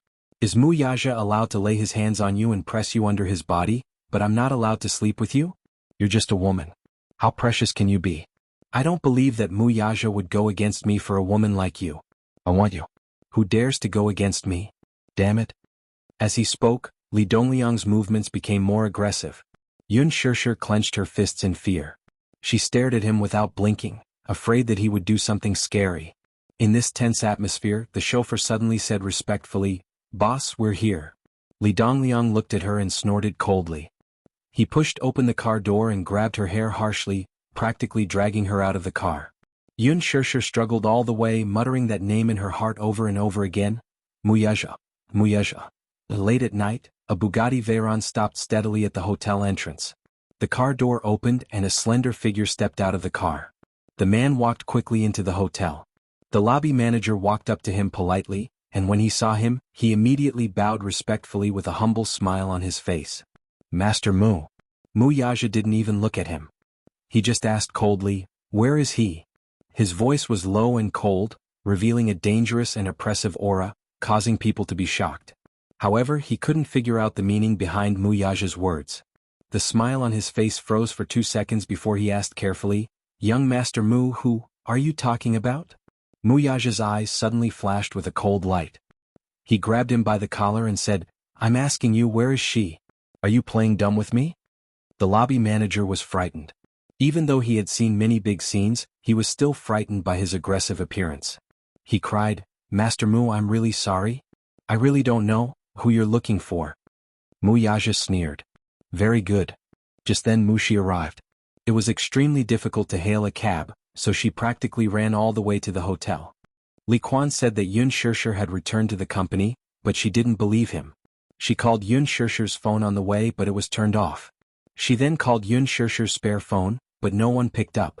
Only then did she realize that things had gotten out of hand. She anxiously rushed to the hotel and saw the tall figure standing in the middle of the hotel lobby. She was elated and quickly ran toward him. Chapter 1038. Mu Yaja turned around and with a look the security guard understood and made way for him. Mushi ran to his side and asked while panting, Where's Shirshir? The lobby manager was even more puzzled, but he did not dare to ask further. Mushi gritted her teeth and looked at him anxiously. I'm asking you, where is she? Where is she? The manager was about to cry. I really don't know who Yun Shirshir is. Mu Yaja narrowed his eyes dangerously. You don't know who she is? Then I'll tell you now, that's my woman. The lobby manager's face turned pale in an instant. He turned around and ordered the cashier to search for information on Yun Shirshir.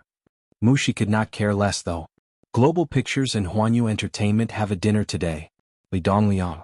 You should know who he is, right? Have you ever seen him? At the mention of Li Dongliang, he remembered and hurriedly said with trepidation, Mr. Li left just now. It seems that he took a woman with him, but Master Mu. I'm really sorry, I don't know where he took her. How long has he been gone? It's been a while. It should be around 15 minutes. Mushi wanted to ask more, but from the corner of her eye, she saw Mu Yaja suddenly turn around and walk toward the entrance. She did not have time to think and hurriedly followed him. Mr. Mu, think of something. Yun Shirshir must have been taken away by Li Dongliang. Shut up. Mu Yaja was feeling frustrated, and his tone could not help but become harsher. Mushi was so frightened that she trembled all over and did not dare to speak again. He took out his phone and dialed his assistant's number. The moment the call connected, he ordered coldly, find out Li Dongliang's current whereabouts. Now, immediately. Also, get the head of Huanyu's PR department to give me a call. Yes, Master Mu. Mu Yaja hung up the phone and got into the car. Mushi stood outside the car door with her hands clasped together. She was extremely worried too, but she was still trembling with fear, not daring to get into the car. Mu Yaja glanced at her and rubbed his forehead with his slender fingers. Get in the car. Mushi was stunned for a moment before returning to her senses. She nodded and got into the car. The car sped away. Along the way, the atmosphere in the carriage was extremely stifling. Mushi could feel the terrifyingly low pressure emanating from Mu Yaja's body, which could kill without leaving a trace. She didn't dare to speak, she didn't even dare to breathe. She carefully looked at his cold profile, his cold eyes looking straight ahead. The man's expression was cold. His cold and distant phoenix eyes were like an endless abyss, captivating people's souls. His angular facial features were hidden in the shadows, making him look even more exquisite. She secretly cursed. He must be extremely worried about Yin Shirshir now, right? In this extremely quiet moment, the phone suddenly rang. Mushi was startled. Mu Yaja glanced at her from the corner of his eyes and answered the call expressionlessly. Hello. Chairman Mu? I'm Kong Xiaoqian. An extremely sweet voice came from the other end. I didn't expect you to still remember me. Why do you have the time to think of me today? Mu Yaja's lips slightly tugged into a half-smile. If Kong Xiaoqian were to see his current expression, she would definitely shudder. How's your father's health? Chapter 1039. Is that so? I'm afraid your father is going to lose this juicy piece of meat. Mu Yaja smiled without batting an eyelid. Kong Xiaoqian's laughter immediately stopped. She was confused and did not understand what was going on. Mu Yaja's sudden contact with her was, in fact, very surprising to her. After all, this man's status was so high and mighty. Meanwhile, she was just a lowly director of the public relations department. She had only met this man once at Huanyu's gala last year, let alone have a close relationship with him. Her first impression of him was that he was domineering, handsome, and heroic. However, she knew her place and knew this man could only be seen from afar. With her status, it was impossible for her to get close to him. She secretly wondered how she had offended this big shot. Just as she was feeling puzzled, Mu Yaja suddenly sneered and said nonchalantly, as a dignified public relations representative of Huanyu, you actually allowed your employees to attend such a banquet. This makes me doubt your father's character a little. Dishing doesn't want to work with such a company either. In the future, the Kong Consortium will also be blacklisted. Kong Xiaoqian turned pale with fright. Before she could react, she heard Mu Yaja issue such a death sentence. She was stunned for a moment. Even as she racked her brains, she really could not figure out what he meant. Hence, she smiled stiffly and asked, Chairman Mu, what do you mean by that? I really don't get it. You don't get it? Mu Yaja curled his lips. You'll understand very soon. After that, he hung up the phone expressionlessly. Then he called his assistant and asked him to inform the board of directors about the cancellation of several contracts with the Kong Consortium. He also asked him to stop all the work he was doing and start preparing for the acquisition of the Kong Consortium. Not long after this order was issued, the Kong Consortium CEO, Kong Qixin, called him in horror. When he answered the call, a middle-aged man's desperate voice came from the other end with a trembling voice. Chairman Mu, what the hell is going on? Why did you suddenly cancel the contract with the Kong Consortium? Elder Kong, we still have to ask your daughter about this matter. What exactly did she do? Mu Yaja's lukewarm tone made Kong Qixin even more worried. His tone was still polite, but there was an irrevocable determination in his words. It seemed the Mu Consortium was determined to go against the Kong Consortium. Kong Qixin's hand that was holding the phone trembled slightly. He was no longer young and was once a ruthless businessman in the business world. When he was young, he did things swiftly and decisively. But now he was old. In a few years' time, he would have to abdicate and hand over the massive Kong Consortium to his precious daughter. Although Kong Xiaoqian was usually arrogant and willful, she wasn't stubborn or mischievous. She was quite steady in her work. She had been with Kong Qixin since she was young, so she handled business matters in an orderly manner. He had always been at ease and comforted her. Kong Qixin had a daughter at an old age and he only had one daughter, Kong Xiaoqian. He had doted on her since she was young, so he loved her very much. On this day, just as he was lying down to rest, Kong Xiaoqian called him while crying. She said incoherently, Dad, I'm finished. Chapter 1040. After hanging up, Kong Qixin stood up from his desk and paced back and forth anxiously in front of the window. He then made a few more calls to urge Kong Xiaoqian to hurry home. The entire board of directors of the Kong Consortium was in a mess. How could the older directors sit still? They made one phone call after another to ask about what had happened and what the Kong Consortium had done to offend the Mu Consortium. When Kong Xiaoqian rushed home, Kong Qixin was sitting at his desk and smoking a cigarette sullenly after being infuriated by the directors. When he saw her return with red eyes, he slammed his palm on the table and asked with narrowed eyes, Tell me, what did you do to offend Mu Yaja for him to deal with the Kong Consortium like this? Kong Qixin had never lost his temper with her before, even if he did. Kong Xiaoqian was startled by his gloomy expression and could not help but take a step back. She stood quietly at the door with her head lowered and sobbed. Kong Qixin was already frustrated to begin with. When he saw her sulking and crying, he got even more anxious. He raised his voice and said, "What are you crying for? Are you still afraid to admit the trouble you caused?" Kang Xiaoqian still did not dare to speak. She kept wiping away her tears, and her exquisite makeup was in a terrible state. More than half of it was ruined and she looked extremely ugly. Kang Qixian's expression turned even uglier. He rebuked her angrily, "Say something." "I don't know either." Kang Xiaoqian looked up and said, I just think I've done something stupid. Sun Hua came to me and told me that if I sent Yun Shishir to Li Dongliang's side, Li Dongliang would be able to inject funds into the East Bay project to make up for the shortfall. But how could I have known that Yun Shishir would have such a background? Kang Qixian was so angry that he was glaring at her. "I don't want to listen to such useless things. Tell me, what did you do to her? Tell me." Kang Xiaoqian sobbed and told him everything that had happened. This infuriated the old man. He clutched his chest and fell back into his chair. He said bitterly, "I was planning to hand the Kong Consortium over to you because I thought highly of your capabilities. You're also the only heir of the Kong Consortium in the future, so I was confident that I could entrust it to you. But you did this to me. I let you join Huanyu so that you can gain more experience. But you actually did such a heinous thing. Xiaoqian, you're usually very steady in your work. Why are you so muddle-headed this time? She's so young, yet she's learning from others in the business world. I think you're a complete scoundrel."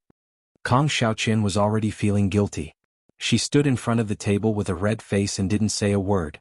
Kang Qixian patted his chest and finally managed to catch his breath. He frowned and continued, "Who is Li Dongliang? Why are you still hanging out with that old thing? Don't you know what kind of person he is? He likes to mess around. You know how much he likes to play with women. In this industry, who doesn't know that he has played with a few female celebrities? You clearly knew, yet you still sent her over. When did your heart become so vicious? Would that woman still be fine in his hands? What are you waiting for?" Kang Xiaoqian was still rooted to the spot. Kang Qixian glared at her and said angrily, "What are you waiting for?" Chapter 1041. Speaking of Li Dongliang, the big boss of Universal Pictures, he had played with many actresses. More than half of the artists and singers in the company had affairs with him. Everyone in the industry knew that there were not many artists who were packaged by Universal Pictures that were clean. This was a transparent rule within Universal.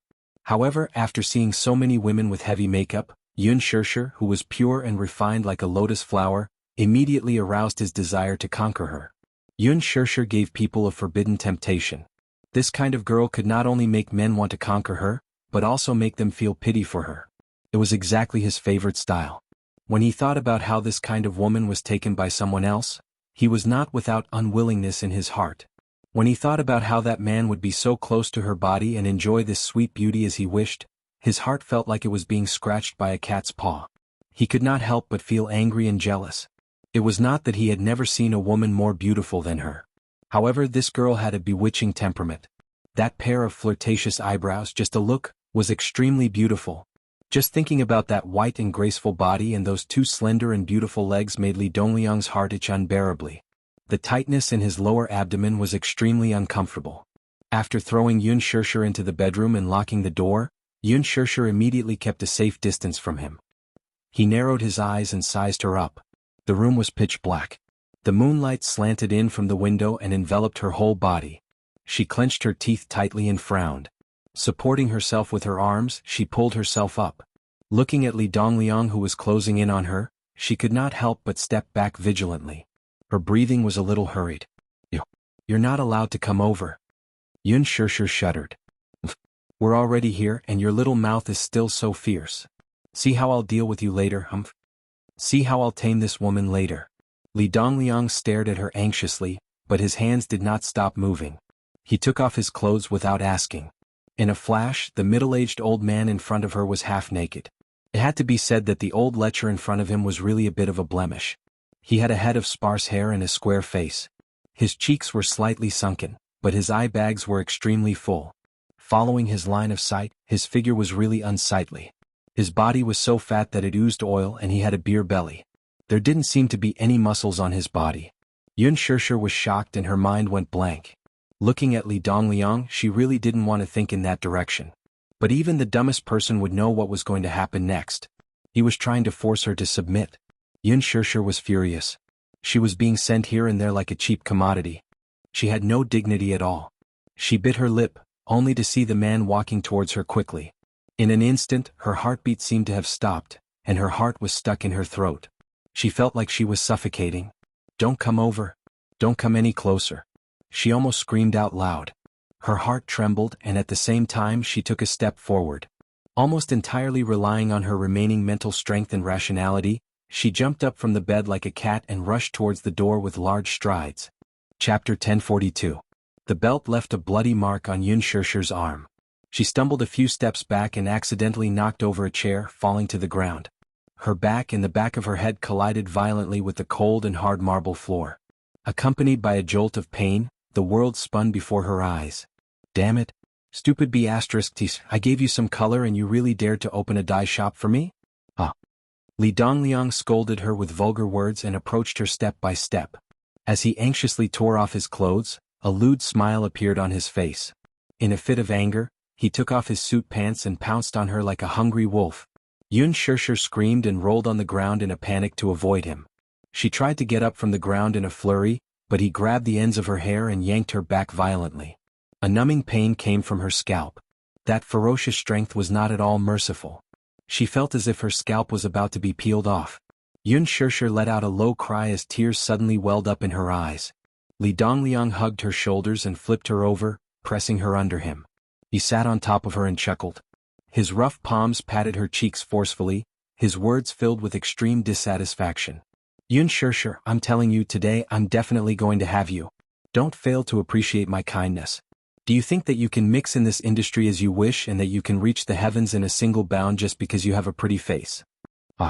Don't be too naive. Once you're in this industry, how will it be up to you? Let go of me.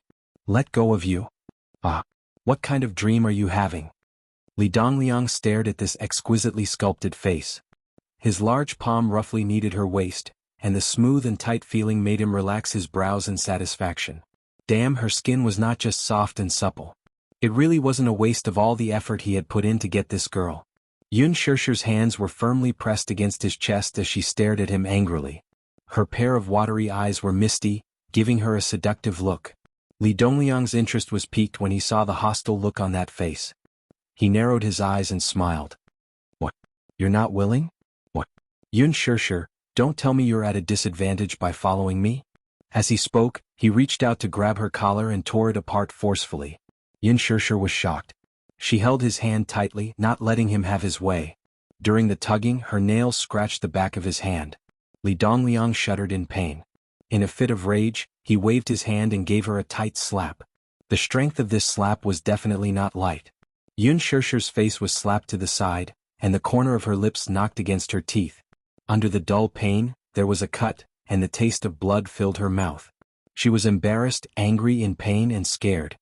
The tip of her nose was slightly sour, but she stubbornly refused to shed a single tear. Li Dongliang was also very angry. His face did not look pleasant as he choked her neck. The lust in his body was screaming, but he could not vent it out. This made him even more irritable. Chapter 1043. Yun Shishir's mouth was wide open. With her throat choked by him, she was suffocated and unable to speak. He bit down hard on her jade-like earlobe. His hot breath blew onto her neck, causing her cheeks to turn red. Her entire face was boiling hot. His large palms started to touch her body up and down unruly. The soft texture immediately made his body tense up. Yun Shishir struggled with all her might and used all her strength to push him away. However, although this Li Dongliang didn't train well, he was still a man after all. How could Yun Shishir compare to his strength? With his entire body's weight, how could she push him away so easily? "No. Let go of me. No." Yun Shishir shouted in humiliation as she hit his shoulders with both hands. Her voice was already hoarse. Li Dongliang obviously wouldn't listen to her. A lewd smile appeared on his face as he caressed her waist wantonly. His lower abdomen was tightly pressed against hers as he impatiently moved towards her lips. Yun Shishir suddenly turned her head and avoided him pathetically. It was as if her entire soul had fallen into an endless black hole and she was unable to extricate herself from it. Li Dongliang was very unhappy with her avoidance and sneered sarcastically. "You're not a virgin anymore. Why are you being so pretentious?" Yun Shishir pursed her lips and shook her head. However, her pair of eyes stubbornly widened. Her eyes were bloodshot and misty, but there was a different kind of charm to them. This was a woman who could easily arouse a man's desire to conquer. A woman who could make a man's heart ache and pity her. Yun Shirshir, follow me. I can give you everything you want.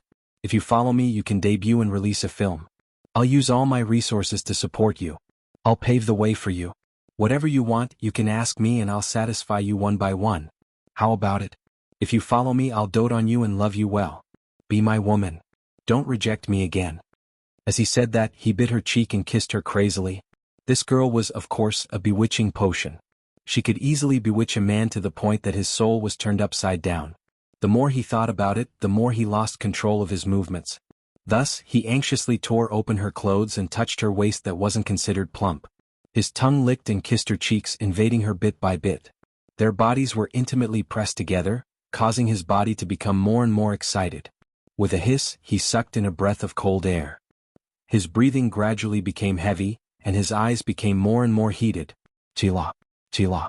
With a tearing sound, Li Dongliang violently tore at her clothes. In the blink of an eye, her snow-white shoulders were exposed to his eyes. His large palm fiercely kneaded her waist, the corner of his mouth holding an extremely lustful smile. The man madly nibbled on her shoulder, infatuatedly murmuring, "Ching ching ching ching ah." Yun Shirshir was completely stunned by his aggressive actions. She anxiously pushed him away, gritting her teeth as she tried to push him away. Her rationality was about to be worn out.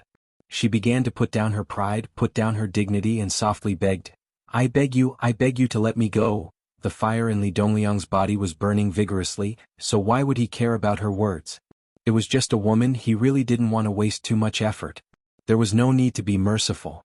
Now that the girl of his dreams was lying under his body, how could he let her go? Chapter 1044. To put it nicely, each and every one of them was a big-name celebrity, but behind their backs they were all groomed by others. Which of them relied on their own power to make a name for themselves? To put it bluntly, in Li Dongliang's eyes, those were all high-class prostitutes. Even if they were extremely clean and pure when they first entered the industry, after some time, how many of them were pure and untainted after entering this big dirty vat? As he thought about it, his movements became more nimble. Just like that, he pressed her firmly onto the ground and carelessly kissed her cheeks. However, he saw that her head kept turning and dodging. He did not linger and unbuckled his belt with one hand. With a swing of his other hand, he took off his pants and started to tug at her pants, intending to cut straight to the chase. Yun Shirshir was so sensitive that she shuddered. Looking down, she saw that he had exposed an ugly part of himself. She almost wanted to vomit. Her last bit of rationality was completely worn out. Almost crazily, she bent her knees and hit his crotch hard. Ouch. The most vulnerable part of a man was hit hard. Li Dongliang was in so much pain that he immediately arched his back. His body tilted and he stiffly fell to the ground. Yun Shirshir took a few steps back and saw that he was pointing at her with a trembling finger. His face was full of disbelief. It was as if he had never expected that this little woman would be so chaste.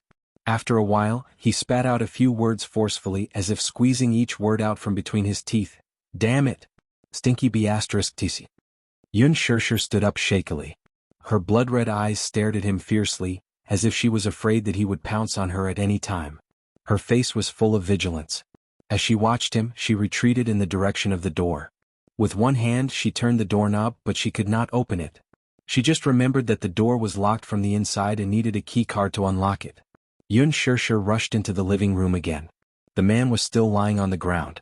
His body was twisted in a strange position, as if he was in extreme pain. His forehead was covered in cold sweat. As he cursed, he glared fiercely at her. The lights were a little dim. She scrambled around the living room to look for something. Behind her, Li Dongliang saw her rummaging through the cabinets as if she was looking for something. He panted and laughed. Ah, are you looking for this? Yun Shirshir turned her head impatiently, only to see Li Dongliang slowly take out a blue access card from his pocket. Her pupils constricted as she shouted, "Give it to me! Have you forgotten? What did I say?" Li Dongliang struggled to stand up and said word by word, "Don't even think about walking out of here tonight." After saying that, he took out a medicine bottle from his clothes. Aphrodisiac. After being frightened by her just now, they had all wilted. After all, at a certain age, one's energy was not as good as before. After taking 2 pills, Li Dongliang's face was flushed red and he was in high spirits. Damn, this woman is really hard to deal with. However, he loved this kind of tone.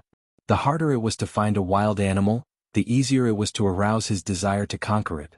Thinking of this, he walked closer to her step by step, just like a wild beast waiting for an opportunity to capture its prey. Yun Shirshir retreated step by step until she was forced into the dining room. From the corner of her eyes, she saw the scissors on the counter. Her fingertips started to tremble and there was a tinge of hesitation and struggle in her eyes. Chapter 1045. From this angle, Li Dongliang couldn't see clearly what she was doing and guessed that she wouldn't be able to cause any trouble. Instead, he had forced her into a corner and she had nowhere to escape. Hence, he pounced towards her. Yun Shirshir turned pale with fright as she gave a low cry and turned around, aiming the scissors at him. "Don't come over." Li Dongliang stopped in his tracks as he looked at the weapon in her hand, which was glowing with a cold light, and suddenly laughed. Are you threatening me? Using scissors? Do you dare? Do you dare to stab me?" Li Dongliang was certain that she wouldn't dare to do such a foolish thing as he pressed on. Yun Shirshir's hands were trembling and her lips were white as she looked at him warily as she screamed, "Don't come over! Don't come over!"